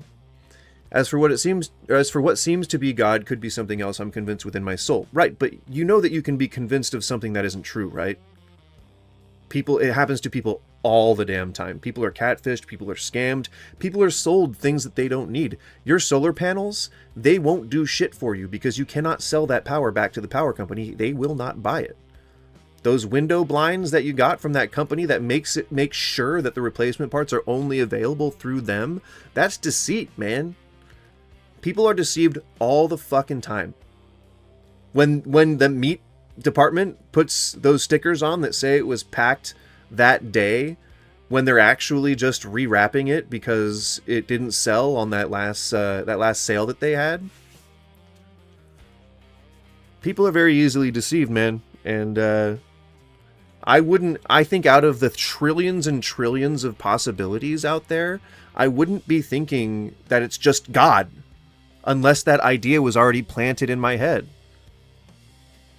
Indoctrination, maybe? Britt Hartley is an atheist, and she'll admit to the spirituality as studied within the neuroscience of religion. She defends this view against Matt Dillahunty's attitude of, oh yes, you linked me a video in my DMs on Discord, and I was supposed to watch it. I'm still going to watch it, and then we may watch it maybe on Monday on stream if I like it. But yes, you told me to check it out, and I completely forgot. But I do see your point of view purely logically. Well, that's all I can apply to it. I never have had a religious experience, so I cannot speak from personal experience that what you experienced was legitimate or not. So all I can do is apply my own logic to it, you know? Logically, it is definitely possible to be deceived by something pretending to be God, but I am certain that it is God. And I mean, conviction is a thing too. So, I mean, maybe if you are convicted that it is God and it ends up being God at the end of time, when you get to those pearly gates, then he will reward you for your conviction. I just am not sold. I need to know all the things about a product, and if that product has a history of bad behavior, then I need to know that it's absolutely, indefensible. Like, they would admit that it's indefensible, even take those parts out of the holy text. You know, when God says that it's okay to own slaves and then it's okay to beat them, and that you need to be, like, stoning innocent women to death, and taking child brides and treating people as property, all that kind of stuff. If that was amended out of the Bible, I think Christianity would be a lot more appealing to a lot more different people. But in general, being able to be like, hey God, it's pretty cool that you guys owned up to all that shit, then he'd be a pretty cool guy, you know? And then I think maybe I wouldn't be so scared for people who end up in that black void at the end of time. Because then they'd be in heaven, and then I'd be like, you know what? I'd be like in those 80s movies, you know, where like there's always the main character like walking off with the girl, like, you know, oh, you know, don't you forget about me. And then there's always like his friend that's like standing in the doorway, you know, and he's always like,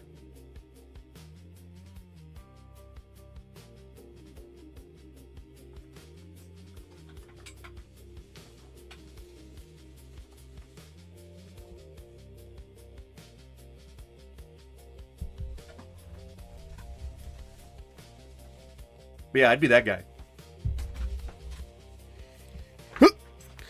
And you think that the possibility of God is less likely than that offshoot that made our evolution? No. I don't think he's less likely. I just think that there are trillions of other things that you can think of.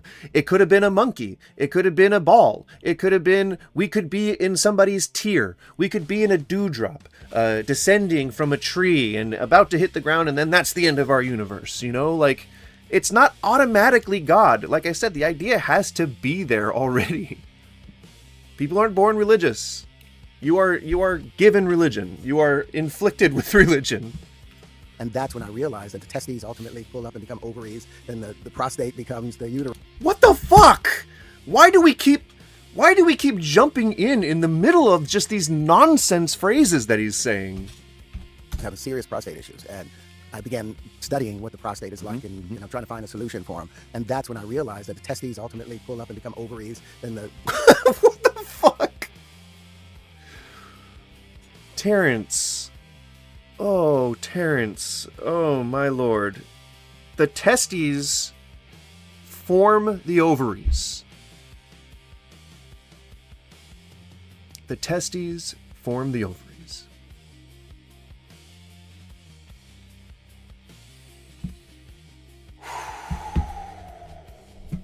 It's, the words are there on the screen. You can see it. You can fucking see this man. You can see this man! Sorry, I didn't mean to scare you. You can see this man, and he is saying these things.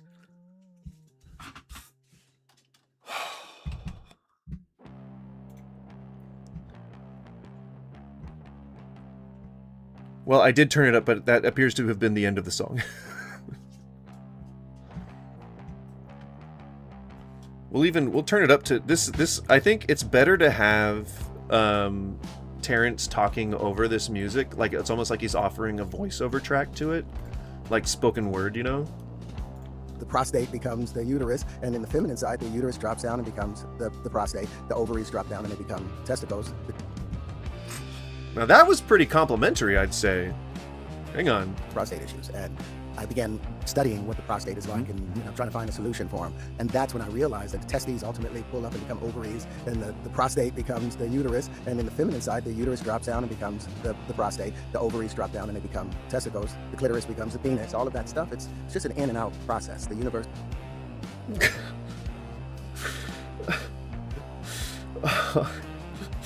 I feel like I want to punch my monitor. Like, I'm so like, dude, he's making money. He's making money right now. Like, this is him making money. This is why he's a grifter. He's making a fucking appearance fee. And he's saying that the ovaries become the testes, and that the testes become the ovaries, and that the clitoris becomes the penis. And it's an in and out process. Like, from lifetime to lifetime. But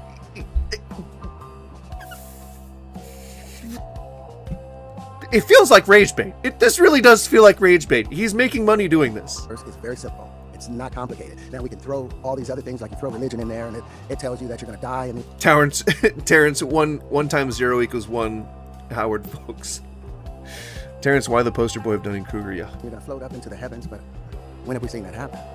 How does that fit with the sustainability of our ecology, of our environment, of our universal flow? It's still not making sense. It's still not making sense. With the sustainability of our... How does that... He has like a thesaurus, and like I think maybe he's a failed rapper, because he just keeps trying to to say all these words that he thinks have to do with whatever the fuck it is that he's saying.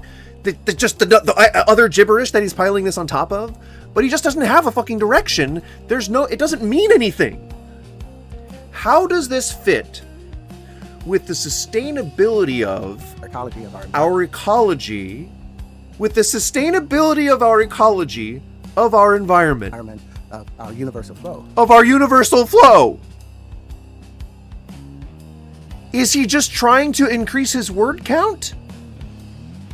There's always a back and forth. You know, how is it that a male god had a male son without a feminine counterpart of as above, so below? So he believes in God, but he also believes that God had a wife, or that God is both a man and a woman? That God's trans?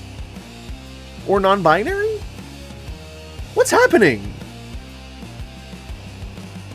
Just want as many people as possible to hear about Jesus where I can. I don't want people to be eternally damned when Jesus is there to save them from it if they have faith in him to save him. Well, dogs are God's gift. I gotta ask, like, what kind of God would design a place like hell knowing that he was going to end up condemning people to it? That seems like a pretty sick experiment, man. And God doesn't really seem like a pretty cool guy. And so I don't, I wouldn't be a person that would go and spread the word of Jesus, because he seems like kind of a bad guy.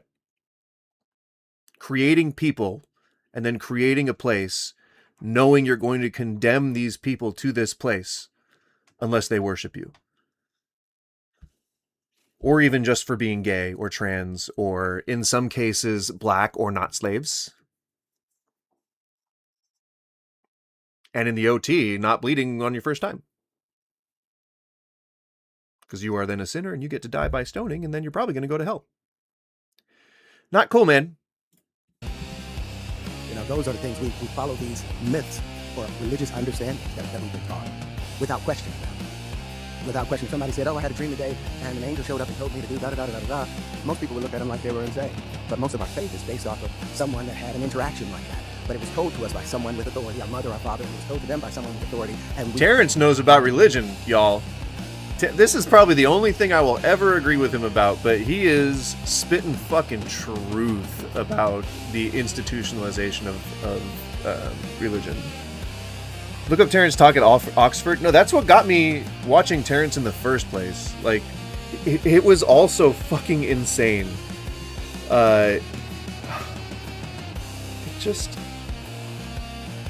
is he still making appearances? He's still getting paid for this shit.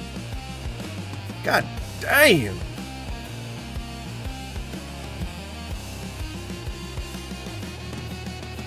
Give that authority, and wherever they got that information, whether it's from the Hebrew Bible, whether it's from the Quran, whether it's from the ancient texts of the Veda, we believe it based upon the authority that someone else has put in it. But many things we haven't questioned for ourselves. You used to be a Jehovah's Witness. Yes, I used to study as a Jehovah's Witness. I never got baptized. Oh, you never did? No, I never got baptized, but I studied for 25 years. For 25 years. Would you have considered yourself a Jehovah's Witness? Yes, I considered myself. We as humans never thought about questioning any of this stuff ourselves. I asked a question one day. Hang on. Hang on, I gotta open up the water. I gotta rehydrate before I start another fucking stream of bullshit. He wasn't Iron Man cynical. He wasn't Iron Man. And he wasn't himself Iron Man, but gosh darn it if he wasn't Iron Man adjacent. I have to drink some water for this. According... Don Cheadle is better, though. Not canonically. He got abducted by Skrulls, dude. He was a Skrull for like 4 fucking years, that dude. Gee. He studied everything and is an expert on everything, apparently. According to him, yeah. Were you here in the stream when he was talking about how he talks to his daughters about how he likes having sex? And then about how he had threesomes with like random women that he would pick up under the auspices of actually treating them right and then mentally abusing them later on? Yeah, that's what he told to his daughters, his young daughters, when he was trying to prepare them for how they were going to get treated by guys. And then instead of helping to prepare them for it and like, just help give them some kind of philosophy or something like that, what he did was he just accepted that was going to happen to them, that they were eventually going to be just, graped or whatever.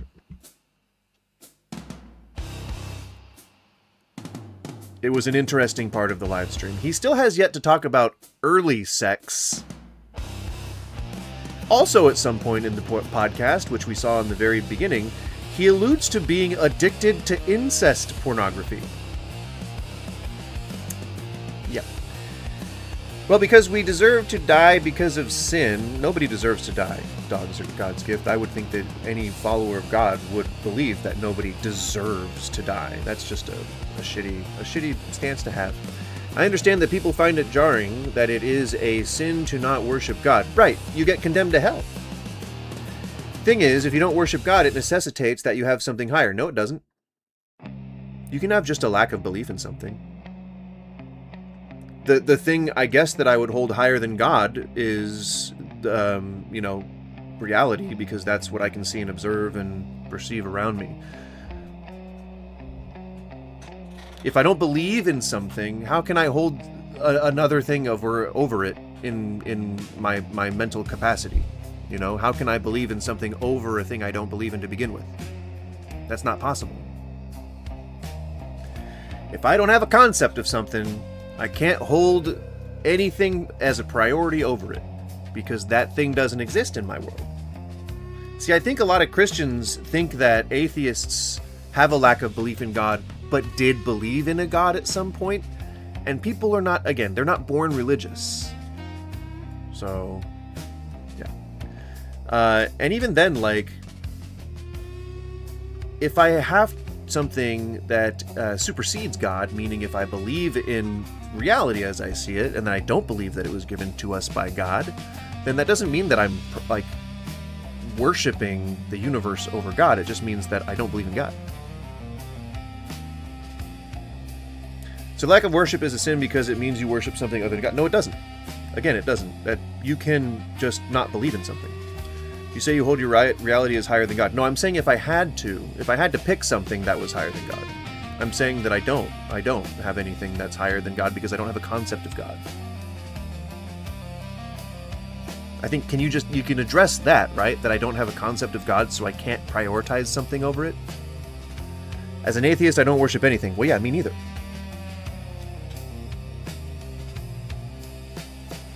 Or even a concept of something higher than anything. Well, that's the thing. Like, I don't, there's nothing there's nothing for there to be a thing higher than. It's just, there's nothing there.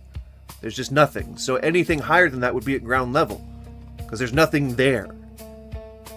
You believe in God. I don't believe in God. Do you see the difference? Theism, atheism. Theism, atheism.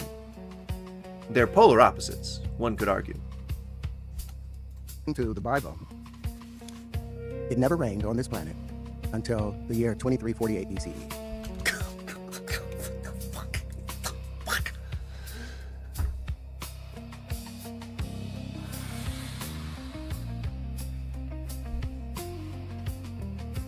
Guys, please tell me that was the date of the flood.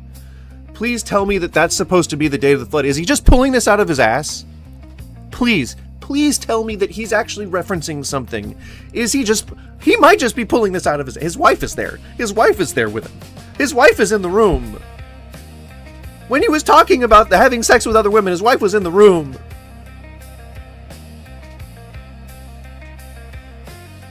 You can see the words on the screen. It says it never rained on this planet until the year 2348 BCE.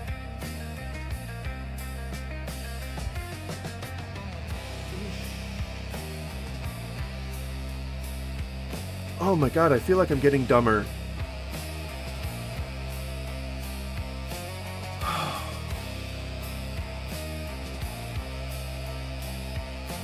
Exactly, if you esteem God to be nothing... No, I don't have a concept of God. God can't be nothing in my world. There is no God. How do you fail to understand that? There's no concept of God in my world. It is not, oh, God is nothing. It's just, there is no God. It's not God is nothing. It's nothing is God. Then he doesn't enter the equation of priorities, thus everything real becomes higher than what you perceive to be fiction. No, you're trying to apply yourself to me. You're projecting yourself onto me. I don't have to follow your beliefs to have a belief system. I don't have to assume that there's a God in order to say, nope, I don't believe in that. I just have heard the evidence and it's unconvincing. Lack of a concept of God in my universe. So I can't hold any priorities over it because that means everything starts from ground zero. You believe there's a God, so you're applying that belief to me. That doesn't make sense. We can't do that. You can't do that. You are not me. I am not you. It did rain, I would presume, because God designed the earth to have this cyclically. I don't think that very many people, even religious, would disagree that that it rained on the earth prior to 2348. Terrence is just insane. He's insane to both Christians and atheists, I think. Oh my God. Maybe go criticize Orthodox Christians, not these fake wannabe goofy wannabe. I don't even think Terrence is a Christian. I don't think that he claims to be a Christian. I don't even think that he claims to be a biblical literalist. I think he only believes in God. I don't think he believes in like Jesus and all that. If you don't believe in God, where do you get morality? Why does everybody always ask that, man? I've answered that so many times on this stream. How do you know that, or what is right and wrong, good or bad? We talked about this like yesterday. Are there things that are objectively wrong? Yeah, killing is wrong. Killing's wrong. Grape is wrong. Slavery is wrong. All of those things are pretty objectively evil. I think most people agree. Well, no, I'd say subjectively, because there are some people who believe that it is moral to take slaves. There are plenty of Christians who defend it in the Bible. And I believe as a result would probably take slaves were they given the chance. Answer it. Answer what? Okay, let me clarify. If you don't believe in God, then he doesn't exist as a consideration because he is below ground zero. No, he's not below ground zero. He doesn't exist, as you put it, which is why I mean by him being out of the equation. No, I'm saying that he doesn't exist.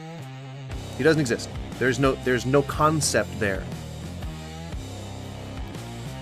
How do you know killing and grape are objectively wrong? Because they increase suffering, and they decrease potentiality to influence the world in good ways. They reduce their ability to contribute to society. It is a natural thing to want people to prosper, or to want your fellow civilization mates to prosper. You want your tribe to prosper. You want your whatever, like your early human bros. Even if there is like intertribal killing and stuff like that, like that's all for dominance because you want your civilization to exist. And when we, damn it, Cynical was getting there. And when we eventually got to the point where we were able to develop those systems and like the laws that we come up with into place, backed by both philosophy and religion, which you can take credit for, you know.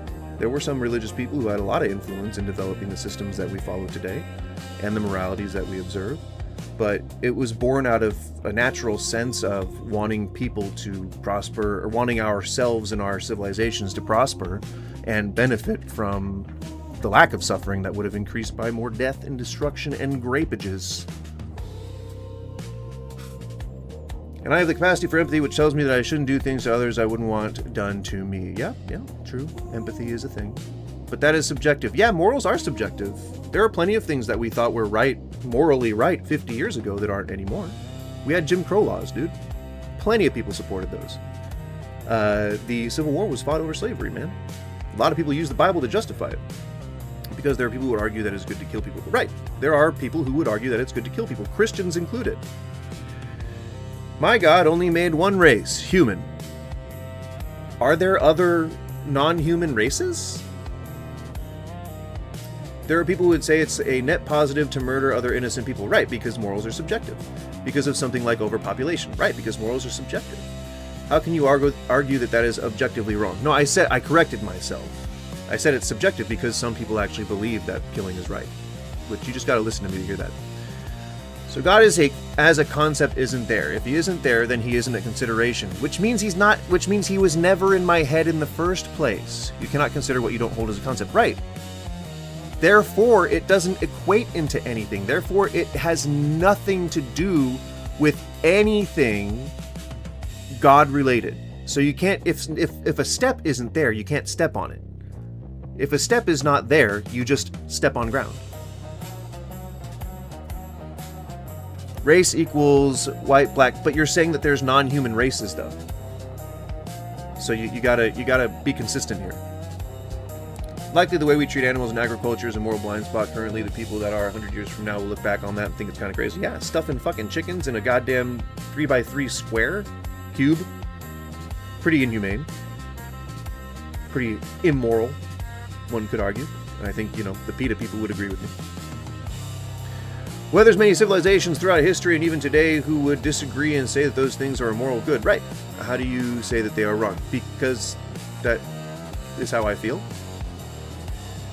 So if you want somebody to murder me, is it okay to murder? So if I want somebody to murder me, is it okay to murder? Why would you want somebody to murder you? At that point, I would think that it's sewer slide. We can say past things were wrong because we continue to evolve as a society. Was Jim Crow objectively wrong? Well, no, because morals are subjective. Why do you keep not hearing me? Yeah, but they are wrong. I have a source to prove how they are wrong. You don't. You have the Bible, which endorses slavery, and child murder, and child brides, and beating your slaves, and mass murder, genocide, ethnic cleansing. God himself killed the world at least twice. That's the issue with your worldview and why it leads to destruction and chaos. You haven't given me the issue. I don't know what issue you're talking about. There's a delay in the video, so I don't know which you're directly referencing. Yes, we do have sources that tell us that stuff was wrong. Yeah. All of recorded history.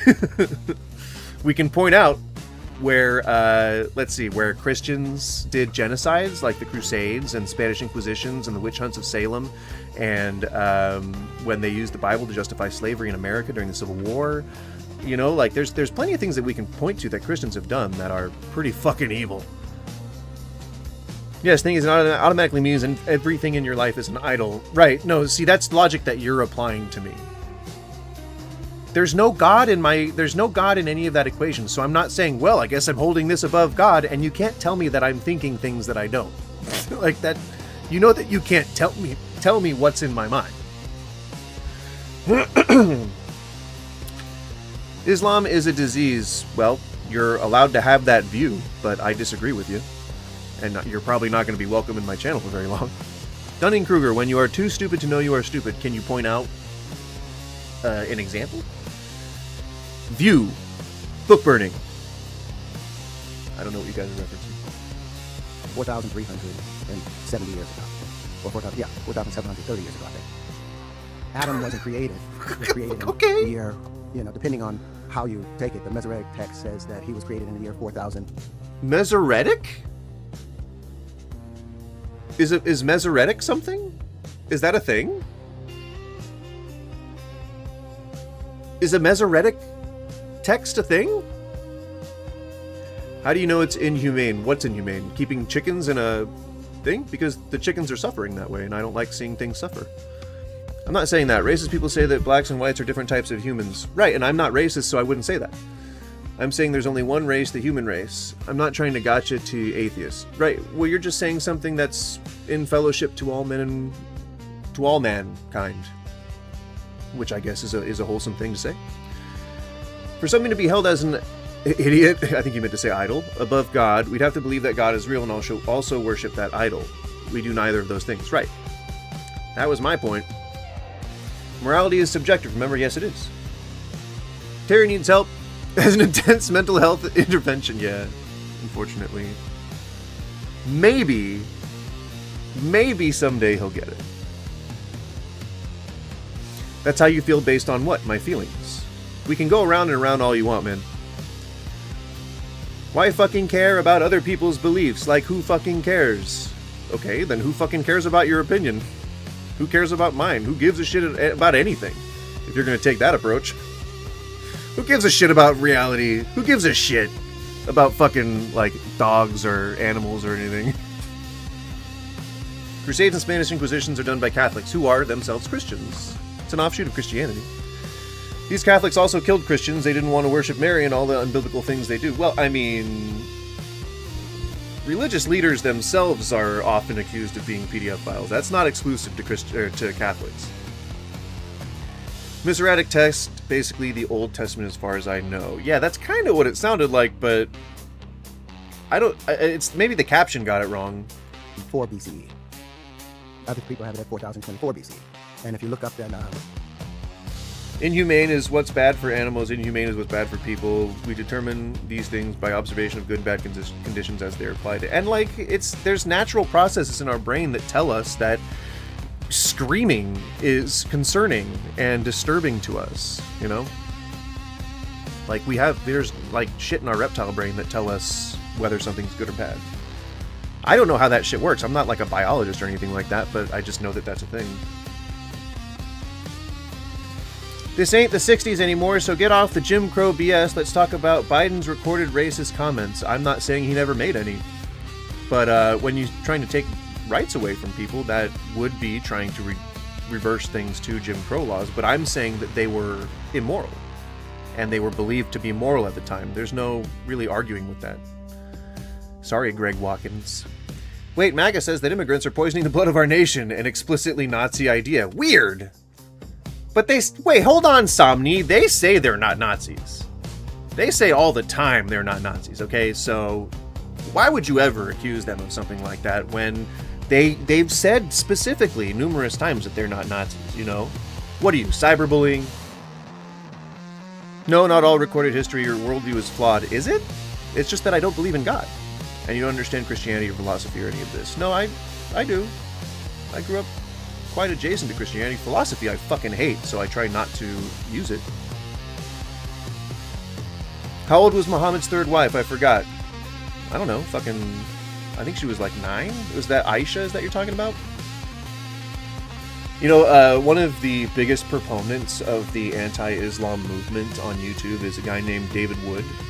And I was doing just like a normal reaction to like something that he had said about Islam. It was like, he said something about like Egypt smelling bad just because the people there are brown, some shit like that. And then he just out of the blue admitted that he had sex with underage girls after he tried to murder his dad. Like, what the fuck?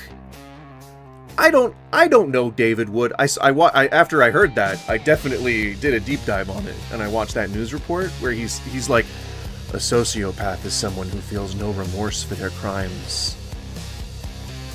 And then it goes like, David Wood was like, what the fuck, dude?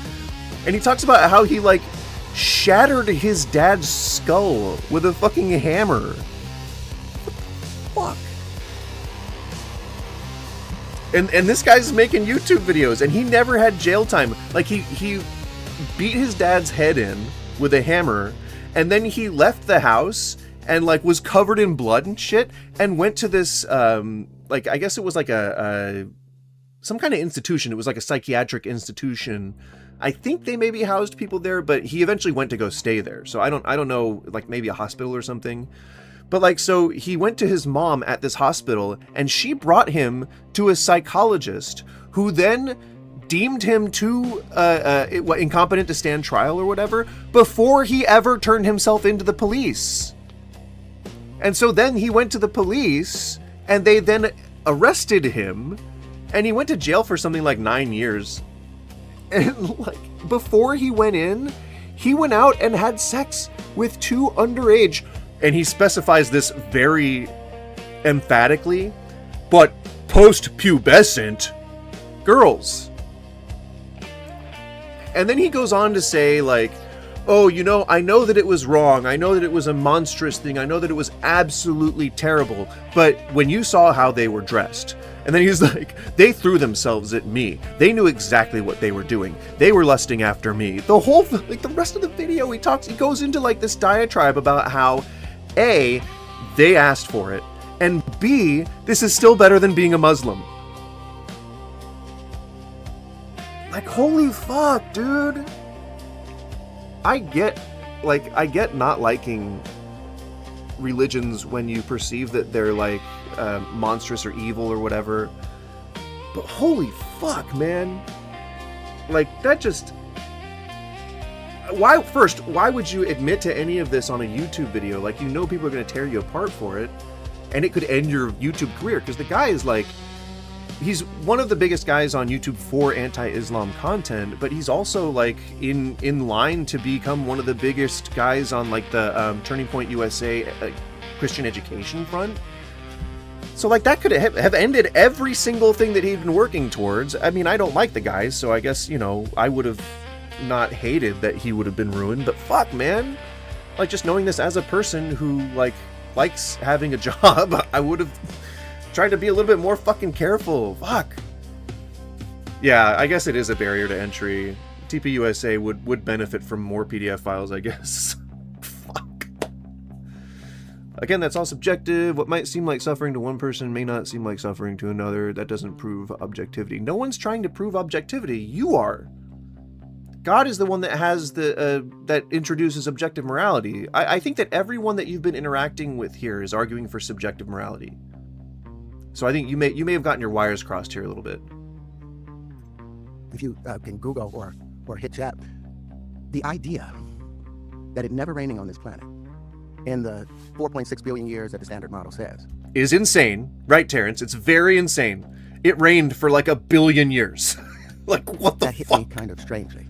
And I began asking questions about that. He's just reacting to you saying that murder is objectively wrong. Oh, yeah. Is this the guy that told me to sit down? You're just going off in the chat? Like, come on, dude. Is it possible for there never to have been rain on this planet until... No! No, it's not! They couldn't give me an answer for it, so I started doing... No, yes, they did! I guarantee you they did. I guarantee you. Somebody gave you an answer for that. Research. And I looked into glaciations and ice cores and the deep... Oh, God damn it. Why are you making me look up words? I don't think that sounds like a word. Okay, no. See, it is. See, you motherfucker! He keeps saying nonsense words with real words. So I keep having to look up the words that sound like fucking nonsense, and they end up being real. But what does this mean? What are you talking? I feel like I'm trapped. I feel like I'm trapped in another universe where words don't make sense the way they do in mine. So I started doing research, and I looked into... Okay, hang on. This makes sense. Hang on, I'm grabbing onto something here. He started doing research, and he looked into... glaciations and ice cores, and the deeper you look into the ice cores, you can go... Okay, I'm bearing with him right now. He looked into glaciation and ice cores. Back almost 1.2 million years, and you see the same recursive things that's taking place in order. Okay, I mean, you don't have to say recursive. I mean, that's a little too much for the vibe that we're achieving here, but it's still a word that applies. To have glaciers in those places means you have precipitation. In order to have precipitation, you have a hydrologic system that's functioning. And rain, snow begins as... Is hydrologic true too? He was talking about the Masoretic text that some biblical literalists use the genealogies from to calculate the dates for things like flood and creation. I mean, yeah, but even thinking to yourself that there wasn't any rain for the billions of years that we were around, like, that's just wrong? Like, that, like, I'm trying to think of if I was in Terrence's place, having grown up as an actor, basically been isolated from any, like, real people for my entire life, or any real education. Oh, but he's saying that biblical literalists believe that. Okay. So he's not saying that he specifically believes that. Because he was talking earlier about how energy goes into the center of the earth and it wants to go right, but then it goes left, which actually changes it into radiation and also magnetic forces. And then he also said that lithium is a man and that fluorine is a girl, but they can flip their genders as long as they're either +1 or +2, and they go into their respective transitional states? That's a thing, right? In Islam Egypt, the Nag Hammadi library was discovered by two brothers who just murdered someone in cold blood and ate his heart. Religious people can be violent. That is definitely something that I have heard before. So he looked into ice cores and found repeating ecological events, and that's how they found out how much CO2 is in the air. Rainfall, frozen, traps of things in the air. Am I drugs? He's saying that that biblical literalists believe that, or no. So he's saying that rain... There's rain initially, and it freezes. So that question right there made me stop. If you look at the And mind you, Wait, so cynical is so he's saying I that don't biblical believe in God, literalists but believe that it what didn't we've rain been until taught 23 something, not or is he lining up saying with that he believes that? archaeological facts. If you look at the tree rings, they don't support the idea of a global flood. It supports the idea of perhaps a regional flood in a given. Okay. So I think he's saying that there are things that do not support what the Bible says. I score Science Somni. I agree. I just watched a way more well-known channel than mine that where the girl went to Antarctica and like pulled the core from where they drilled into the underwater lake. So fucking cool. That you could actually see where there were like ash, like there's like levels of ash where there were like volcanic eruptions or like there was like volcanic activity or something like that. Really fucking cool, man. Really fucking cool. That was I love seeing shit like that. Science is so fucking cool, man. Or a global flood, all of those tree rings, for water to be on the earth for 150 days and everything's crushed underneath it, all the trees would die, so you would see a new growth pattern. But we still see tree rings that goes back 12,000 years. So there was a flood. There's a number of reports for a regional flood, but as I've known biblical literalists, and none of them has ever claimed it didn't rain on Earth. No, that is a new one to me. I didn't know that. And Terrence, he's been making stuff up this entire time, so it's not outside the realm of possibility that he would make up the idea that biblical literalists believe that. But I've never heard one talk about how it didn't rain before 23 something. Like that's, hey, it's a thing as a reference in Genesis 2:5-6. Okay. I mean, yeah. I don't know that passage off the top of my head, but I'm assuming that it probably would convince a biblical literalist. Oh, and a mist water there. I gotcha. Okay. The deluge is a common trope in most religions, probably Ice Age related. Yeah, mass precipitation would, I guess, make sense if the Earth increased in temperature a couple of degrees. So I had to start created a little greenhouse effect. Remember, we were told that the Bible is the Word of God. God, cynical. I knew, I kind of knew that was going to be a thing, that some biblical literalists stretch it into it did not rain before Noah's flood. It's just so crazy. It's so crazy to me. I don't know. I really wish that people would start making sense. Like just start making a little bit of sense, I want to understand the scientific concepts that you're talking about, but it's really fucking hard to follow you, Terrence, especially when you start this conversation out by talking about how you like to educate your young girls on how you like to have sex with your wife. Okay, so if you guys weren't here at the beginning of the stream, let me just read you his philosophy real quick. Everything goes from plus to minus, breathing in and breathing out. So in the next life, I believe you end up as a male. And the older you get, our estrogen level rise. Our something, which has our prostate, which has the same fibers or tissues that the uterus has, it begins to swell. And like women that typically go through their periods, all of our bodies, when we lose our testosterone, is slowly becoming more effeminate. Does that have anything to do with it? Does that make sense? Did that answer the question? We get older and we got to try not to grow boobs as men. We get soft and all that. So I think in the next lifetime, you don't breathe in twice without breathing out once. So you go from masculine to feminine. This is the philosophy of Terrence Howard. I'm going to enshrine it. I'm going to type it out, and I'm going to post it in a doc link, and I'm going to make sure that you guys can hold on to this for posterity. But that's his philosophy. And the guy, Paul Bet David, asked him, what made you start believing in that? And he's like, well, I think when I realized that lithium's made as fluorine, and if you take the polarity and you charge it, and you take electricity and it goes through the center of the earth, it wants to go left, but it has to go right. Thus it creates the radiation. And if you take lithium up an octave, its mate becomes fluorine, and if you take it down an octave, its mate becomes hydrolyzed, or whatever the fuck. I feel like this is a fever dream. Like I'm dreaming. I feel like I'm dreaming. To be quite honest. Jesus. People used to live on coasts and water levels rose a lot out of the Ice Age. That's a lot of flood stories. Well, yeah, because those inlets, like especially in the Mediterranean. I think I'd rather do you like everyone else has and just move on with my life rather than waste time with you. Well, thanks for the well wishes, Old Glory. I appreciate it. Many of the Christian literalists that believed this followed the whole Usher state chronology of the events in the Bible, which came from Archbishop James Usher. I didn't actually know that. I also have lost a lot of brain cells, Gunsmoke, I assure you.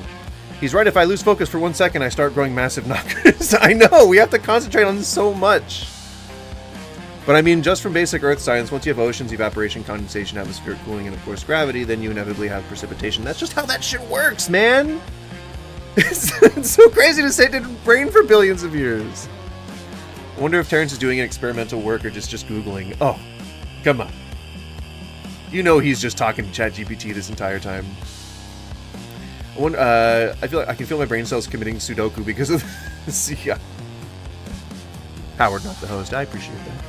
Rain isn't some fucking Bronze Age invention. No, Terrence thinks it was. Oh, no, sorry. Terrence? Sorry. This is so indirect and so fucking nonsense that I keep associating it with Terrence himself. Terrence has a claim that biblical literalists believe that it didn't rain on the earth until 23-something. But it was under inspiration. I was like, well, if I look at 4004 BCE as the starting point for man being here, well, that doesn't match the genealogical records of everyone coming up out of Africa and making their movement through Gobekli Temple. All of these places, they 13,000 years old, other places showing that... It does. We actually recently found ruins that were over 120-something thousand years old. Pretty fucking cool, man. Pretty fucking cool. Why does everybody forget about Asians? Do we think that they're not, like, sentient human beings? Why do we forget about Asians? Asians have been here for thousands and thousands of years. And even then, like, the people in the Middle East settled there for like thousands and thousands of years. Like, young Earth creationists, how do you explain that? You know? And on the seventh day, God ended his work which he had made, and he rested on the seventh day from all his work which he had made. It repeats itself there, huh? And every plant of the field before it was in the earth, and every herb in the field before it grew, and the Lord God had not caused it to rain upon the earth, and there was not a man till the ground.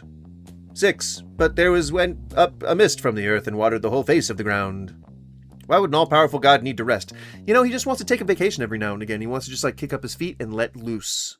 Alright? Rumspringa, but like the holy version. Alright? So going fully literally, it rained on the seventh day of creation. So like, it was sections of thousands of years, right? I think was what the days supposedly were, or sections of billions of years. I think. I don't know actually what most people believe when it comes to that kind of stuff. But days are a matter of interpretation, since days relative to the rotation of the planet, which obviously doesn't exist before the planet was created. Well, yeah, that's what they're saying. Where did Earth get its water from, and how come it did not lose it in space to solar wind when it was hot? Well, we had atmosphere. I would assume we had atmosphere before we had liquid water. That would be my assumption. I don't know if it's true. I do not know much about the early Earth. I'm sorry, I made noises earlier and I scared my dog. I didn't mean to scare you. I'm sorry. I'm sorry. I am deeply apologizing from the bottom of my heart. I'm sorry, dog. I didn't mean to scare you. I'm sorry! She's looking at me like I am public enemy number 1. There's a verse which says that with God a day is 1,000 years. Yeah, okay, I was thinking something like 1,000 years. So something a literal 7 days, others 7,000 years. God is capable of both, should he will. Well, I think, don't most religious people argue that God can't create a sitting, standing man? So I don't know if they'd support that. We don't know anyways, yeah. So what I was told when he rested, he wasn't taking a break because of exhaustion. He was simply not creating, so they say he rested. Oh yeah, you know, you can just be at inaction when you're at rest. Like, that could just be like an idle state, you know? Tell me if you know where water came from. Yeah, I don't know. hydrogen forming in the atmosphere and then clinging to oxygen molecules, but I don't know. I don't know what else from then on. Fringe biblical literalist claims tied the Noah flood date do not make for a valid climatological claim. True. The Bible is a pretty old document. That mankind has been here at least 300,000 years, or at least a million years. And thus somewhat inaccurate, most assuredly. Because I felt like I was losing my religion, but at the same time, I was gaining my common sense. That losing my religion. When they began writing about trying to understand what was taking place, they used the best tools that they had available at the time. But those tools, now we have more sensitive instruments. And so we should be using those sensitive instruments and using our common sense and take the stories that we can from these things, but not to... We have to walk away from fairy tales at the end of the day and hold on to truth and hold on to the God. When we pray, who do we pray to? Do we pray out there, or are we praying to a deeper place inside, the connectivity to the Creator? And the thought that I had to go through an interceder, like I'm a father. There's nothing that... Yeah, he fucking knows. You guys just talked for like the last 20 minutes about you being a goddamn dad. Any of my sons could do, or my daughters could do, that they would have to go through somebody else in order, one of my other children, to talk to me. There's no way, and I'm not even a perfect father. I'm a loving father and a just father, but there's nothing that my son could do that would make me throw him into a fire and burn him for, for eternity, for something he did for 30 or 40 years, or even 80 years. The equanimity, it doesn't balance out. The reciprocity, it doesn't balance out. And I'm thinking God is love, so how can you do that too? But that's what some of the scriptures are talking about, or that's what some of the faith believes in. Jehovah's Witnesses believe that, no, you just die and you're wiped out forever, and that's a loving thing. But they were never able to explain or help me to reconcile the dates of Bible chronology based upon archaeological truth. What did your father mean? My father was a Muslim. He was a Muslim? My father was a Muslim. What's your mother? My mother was a Baptist. And was he a practicing Muslim? Yeah, he's a practicing Muslim. Mm-hmm. So he became a Muslim when he went to prison. So did you ever become a Muslim? Yes, I did. Comments might have also contributed, but we don't really know. Yeah, I think there was supposed to be like some frozen water and some comets and shit. Same thing with like, that's how life might have arrived on Earth. Like that's how some people are trying to put forth. I don't know.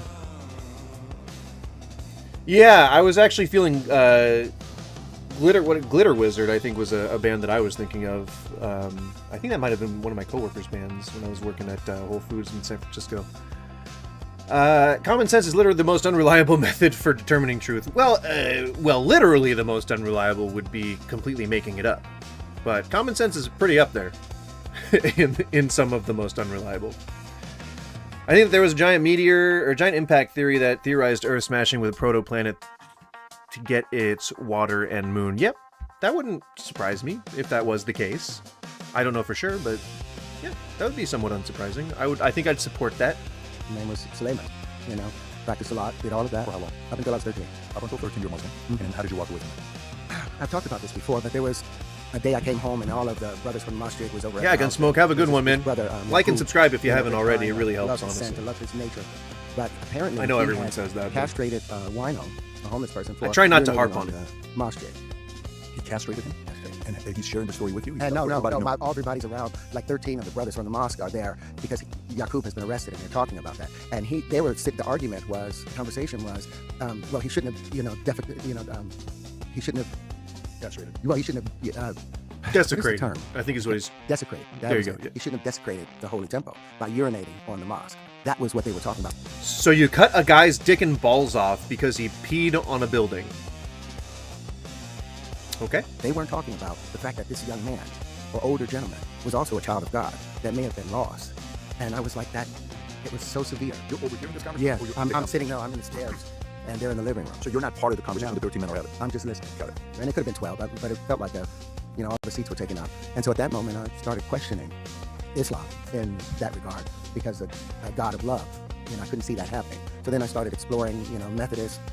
Well, of course, also a God of love wouldn't create a destination for you to go to if you don't believe in him, and then create people knowing that he was going to send them there. Catholicism, and that's then by the not time love. I was like 17, that's what a cycle of abuse looks like. Like that's what an abusive lover is, Bump into witnesses, and they tell me about the truth about Christmas, the truth about Easter, the truth about all of these things, and I believe it because it is the truth. But when it came to, they tell you stay away from astrology, and I'm like, why do you stay away from astrology? But I listened. Because it's demonic! Did my research. Astrology came from astronomy. All of our religion, the 12 constellations that the sun goes through, became the 12 disciples. The sun dying on the 21st of December, being dead for 3 days, and then on the 25th it rises again and becomes that Southern Cross.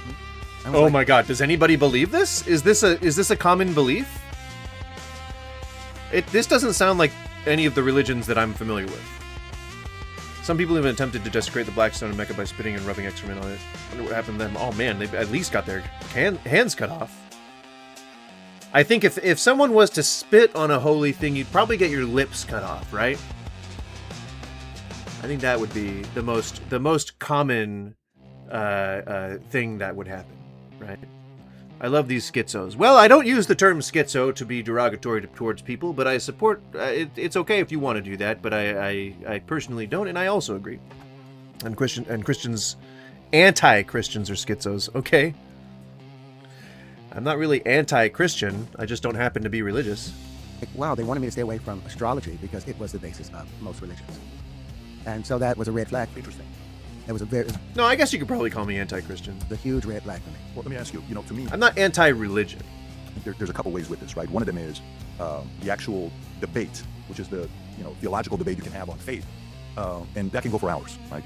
Christianity, Muslim, Jewish, Seventh-day Adventist, Mormon, we can go that route, that's one side. From your experience, you've traveled all over the world. You've been all over the place. You've been around everybody. Who do you think produces the best societies? Okay, I'll totally cop to the fact that Terrence Howard has traveled all over the world. I will not, however, admit any closeness to the fact that makes him an authority on anything. You can ask him for his experience, but that's all he's got to stand on. And produces the best, safest results. Well, the Buddhists, for the most part, because they don't really put anything into a higher being. The Buddhists are more so the interconnectedness of the universe, the entanglement, and doing things based on karma, but without the idea that you want to gain. Is karma a Buddhist concept? I thought it was Hindu. And I could be wrong, but I had always thought that it was a Hindu concept and not from Buddhism. Karma. Something in return from it that's more of a living way. Instead of a worshiping way. A lot of our worship now has become something perfunctory, and it's transactional. If I do good... Perfunctory? Hang on, let me look that up. I know that's a word, but I don't know what it means. Perfunctory. I've heard it used before, but I do not know. Characterized by routine or superficiality, mechanical, lacking in interest or enthusiasm. All right, he's got his thesaurus out. He definitely has his thesaurus. Terrence is nothing if not a word user. Good, and I can ask God to help me, and people do things and hoping they're going to get something in exchange instead of balancing and doing good just from the sake of doing good. Because it's the right thing to do. That's what rule number 9. I wish the discussion would end there. I wish that this entire video would end exactly right where he says you should just try to do good because it's the right thing to do. Wait, how long do we have left? Wait a second. Hold on. This is only 1/3 over? Fuck! Damn it, Terrence! Well, regarding damnation not being loving, people are free to choose God and reject him. No, you mean you're free to choose God. You're free to make only one choice. That doesn't seem like a strong arm tactic to you, like what a abusive lover would do. Oh, you can totally choose not to be with me, but I'm gonna fucking beat you. You think that sounds like a loving creator? Do I need anything from the grocery store, you guys? Hey guys, my wife's asking me, do I need anything from the grocery store?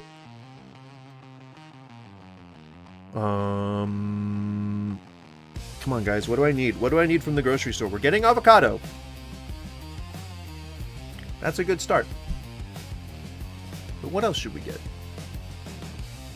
You want just Red Bull? One single Red Bull? Or should I get like a case of Red Bull? I don't drink Red Bull, so it'd probably go to waste. But like, I guess I could give it away. Why am I getting Red Bull though? Because it gives you wings? Sponsor me! Mine is make way for life. You're going to have to take in this world, but take responsibly and give as much as you take. If you're going to eat a piece of fruit, the Buddhist way, the human living way, be appreciative that you got the flesh of the fruit, but why not go and plant the seed? Why do we throw the seed in the trash? The embryo, why do we throw the plant's embryo into the trash? Since it sustained us, why don't we go and plant that? somewhere. You never know, tried and maybe Red Bull? No, when I've children or tried when our it. Seedlings is out there in the world and somebody uses it, they'll Hang also on. place it in a good place. So it's for the karma of it. But I don't follow, any religion, no religion. But I pray. Lemonade. Do you mix Red Bull and lemonade?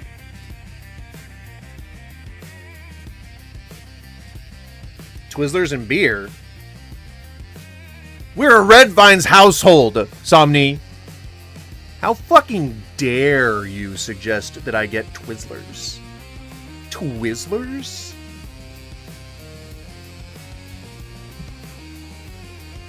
Like, I'm gonna make my double chin even more pronounced. I'm gonna do a double chin for you. This hurts, actually. Ow! Oh, I got a little cramp there. Oh. Oh. That's why it hurt. Owie. My poor necky. Being afraid to. How does it start? The universe, because I believe the entire universe is God. You say dear Heavenly Father, or what do you say? I have a name. You have a name. I have a name. But it's not dear Heavenly Father. You have a name. No, it's because it can't just be Heavenly Father. It can't just be. It's probably like Yahevasha or Yahvahule or whatever the fuck. Like, people always make these like weird ass their own like proprietary translations for what God's name is in Hebrew. Yevahwe Hashula, Yevahula, Yehava. It's always like some. It's supposed to be, I think, Yahweh or Yeshua, but like Jesus is Yeshua, which is Joshua. But like, it's not Yahavu or Yahuva or whatever the fuck. It's people just they want to feel special. I apologize, I'm a cretin. Yeah, well, most people are. At least 2/3 of the world. A male figure. It has to be both a masculine and a feminine side of the deities in order for there to be balance with it. But there's an energy, and the masculine has always been the electric. The feminine has always been the magnetic. The discharging. What the fuck does that even mean? The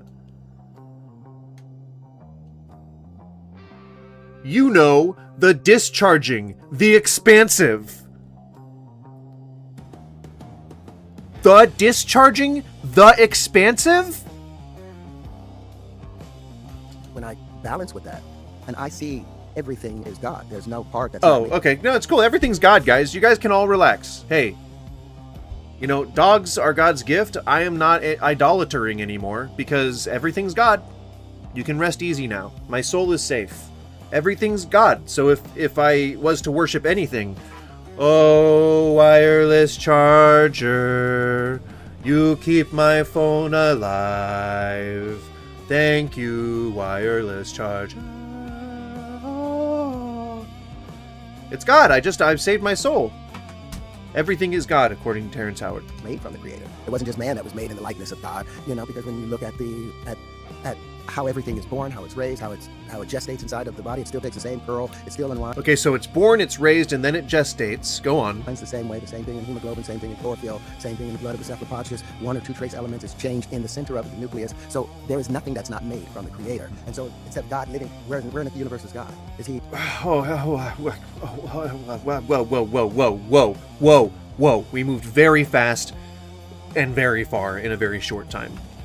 It's born, how it's raised, how it gestates. Okay, how it's born, and then it's raised, and then it gestates, which is a strange order of operations, but I can forgive just a slight deviation from the normal route. That's fine. It's okay, Terrence. Keep going. The body, it still takes the same pearl. How it gestates inside the body, it still takes the same curl. Now, this is where you lose me a little bit. This is where you lost me. Just a tiny... I kind of got hung up on this. What the fuck do you mean? It still takes the same fucking curl, Terrence. You're talking about the shape of a fetus? And that's God somehow? It still unwinds the same way, the same thing in hemoglobin, same thing in chlorophyll, same thing in the blood of the cephalopods. One or two trace elements is changed in the center of the nucleus. So there is nothing that's not made from the Creator. And so... Oh. Okay. So that's just not going to make any sense whatsoever. Hang on. It still takes the same curl. It takes the same curl. So how things are born and then raised and then gestated, for some reason, they all take the same curl, which I assume is just a shape that he's describing. I understand that. I understood all that. I grasped that concept. Still unwinds the same way.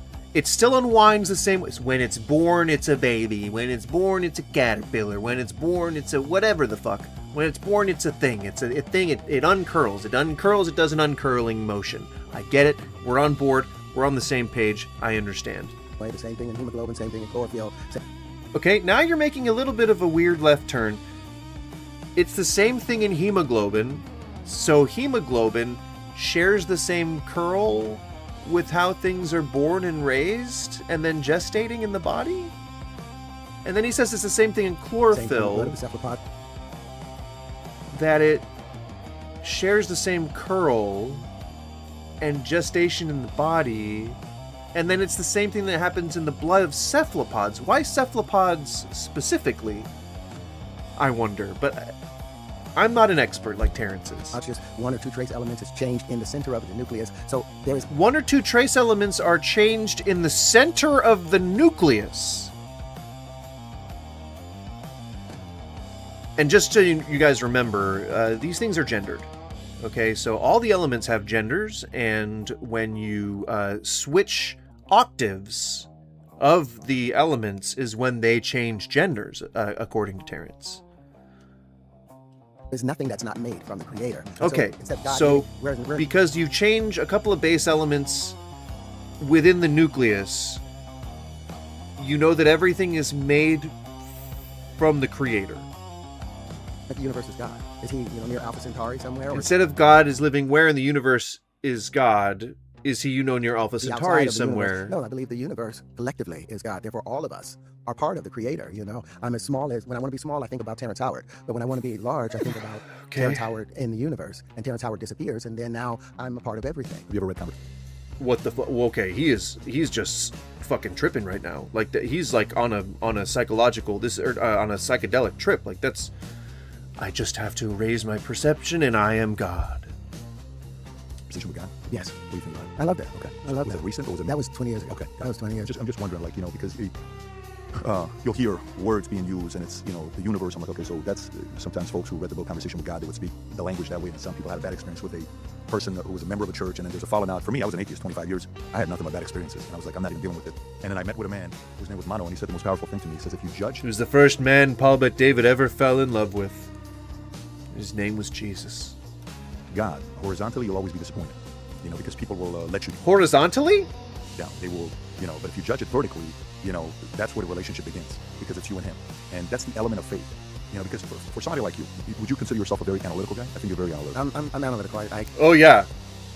Didn't you hear he's a math genius? Examine things, but I'm very emotional at the same time. You wouldn't be in the business you're in if you weren't. So it's a good balance of both, right brain and left brain. How do you manage faith? How do you deal with faith? Well, like you said, with conversations with God, I believe every conversation is with God because Dogs, no, he created Earth. Before that, there was chaos. How do you know? Because the Bible says? This I know because the Bible tells me so. Everything is divine, and so when I deal with people, a gentleman told me once, he said, in every person you meet, there's this little piece of God in them. That's who you talk to. And then that's what made him believe everything he believes today. And Case so closed. Faith, I approach everyone as if I'm talking to the creator. Oh wait, he's still talking. To that gentleman at Disneyland, like, okay, wait a minute, this is God right here, instead of this insignificant worm that's stopping me. He's going to connect you. He's going to be like, Terrence, I'm so sorry, because Terrence Howard is on Connect. If you got any questions, you can always connect him. We're going to put the QR code below. Oh dear God. All right. Well, this is we're still not talking about his religion yet. And we're still not talking about the section of the podcast labeled early sex. Fucking Christ. Oh my God. All right. Well, guys, if you're appreciating at least the commentary, I would appreciate it if you liked or subscribed or any of that kind of stuff. I don't push that very often, but it's, it is helpful. I do appreciate it. Real quick before we do anything else, I needed to play this. I stumbled upon this on my YouTube Shorts feed, and I need you to tell me that there aren't real vampires in the world, okay? Because they're making content. All right, here we go. I got an idea. So we will come back to Terrence. Just hang on. Bear with me for a second. Vampire who likes to wear lipstick. I need to start carrying me. So this is a vampire who likes to wear lipstick. One of those metal reusable straws so I can just I don't have to even bite no more. I can just quit it. That's quite a look, isn't it? I shouldn't know mine. So obviously, I wasn't.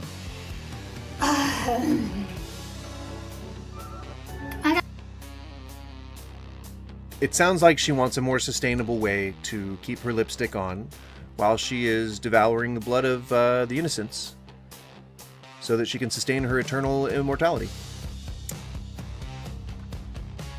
I guess vampires are a thing in the modern zeitgeist. There's a preview of what we'll be talking about on Monday. But for now, the stream is over. I appreciate it, guys. Thank you so much. Please, again, like and subscribe. That helps way more than you can even imagine. Even if you're not sure that you're going to come back, I do appreciate it. I'm trying to grow this channel. We're moving soon, and it really would help to have channel memberships available. So it'd help alleviate a little bit of that. We're not even really sure if we can afford it, so it'd be super cool. I would appreciate it. Thank you so much. And I'm not from Romania. I don't know that we're from Romania. I know that our family name, like, we took from that region, so I don't know. I don't know, man. Maybe someday I'll figure it out. I'll get one of those genealogy things, maybe? I don't know. It's not outside the realm of possibility. But, yeah. So, I think I'm gonna stream again tomorrow. We actually normally don't stream on weekends. We stream on Mondays through Thursdays. But my wife is going out of town this weekend, and I don't really have anything planned, so I'm probably going to stream for the majority of the weekend if I can manage it. That means that we're also going to be streaming the D&D session on Saturday. That starts at like 4-ish, 5-ish, something like that, and we'll be having a lot of fun with that. And I'll probably be streaming into the evening. Same thing, you know. Not jealous of what?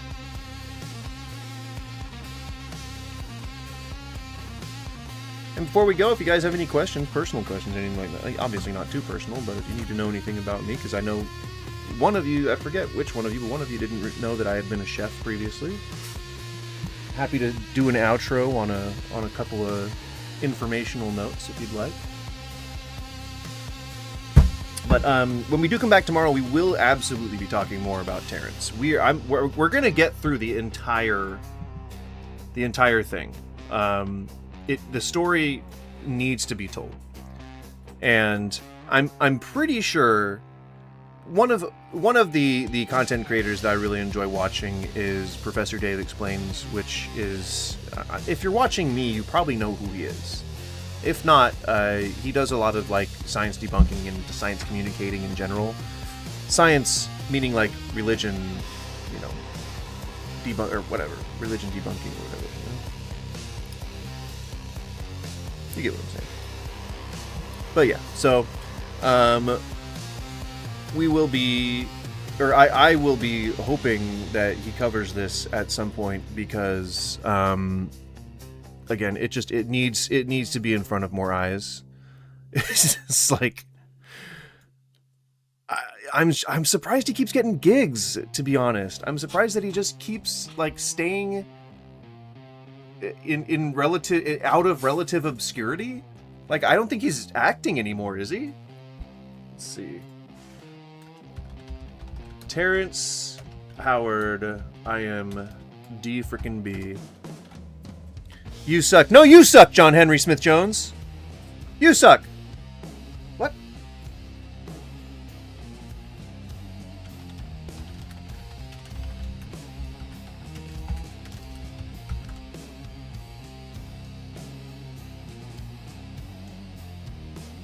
What? Is my internet dying? What's happening? Okay, I guess Google is gonna have to be it. Or I guess I could just go to IMDb.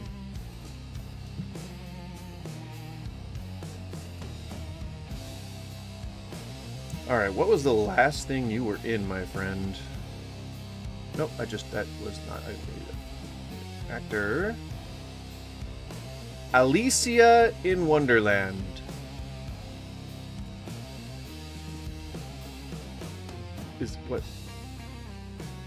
Is this a gonna be a well-known movie, or James Cromwell, Sasha Luss.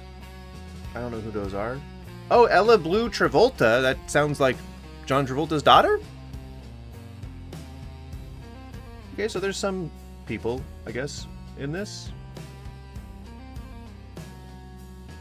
I don't recognize any of those people.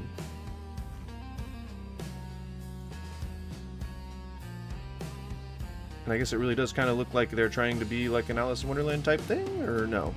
No, I guess not. Maybe? I don't know. He's still getting work. So he is still making that fucking money. He's still making that actor money. Are there a lot of... So, yeah. I don't know, man. It honestly feels like I just traveled through a different dimension. Like, I don't know a lot of the stuff I just heard. And I don't know that most of the stuff was accurate or inaccurate. I just don't know. He gives you so much shit to listen to. Like, there's so much shit to process that it's just like, it's like trying to put like a bunch of gallons through like a pinhole sized hole in something. You know, a bunch of gallons of water through like a pinhole poke or something. You know, it's like it just all backs up, and I'm like, what the fuck is even happening right now? I gotta sort it all out before it friggin' leaves my brain, you know? Alright, guys, thank you so much for tuning in. We will, again, probably be back tomorrow. I just don't know what time. I think my wife is probably gonna come home around noonish, and then we're gonna hang out a bit, and then I'll probably... She'll leave town, and then I will be on my lonesome for the entire weekend, so probably evening time. Early evening. So yeah, tomorrow early evening Pacific Standard, and then we'll talk more about Terrence. Alright guys, I hope you have a wonderful day. Even if you didn't agree with me, I hope you have a wonderful day. Or at least I hope you have a better day. Go hug the people you love. Go outside, take a walk, see nature. It's raining where I am, so let me live vicariously through you. And drink lots of water. Treat each other nicely, okay? Don't be a dick. Thank you, guys.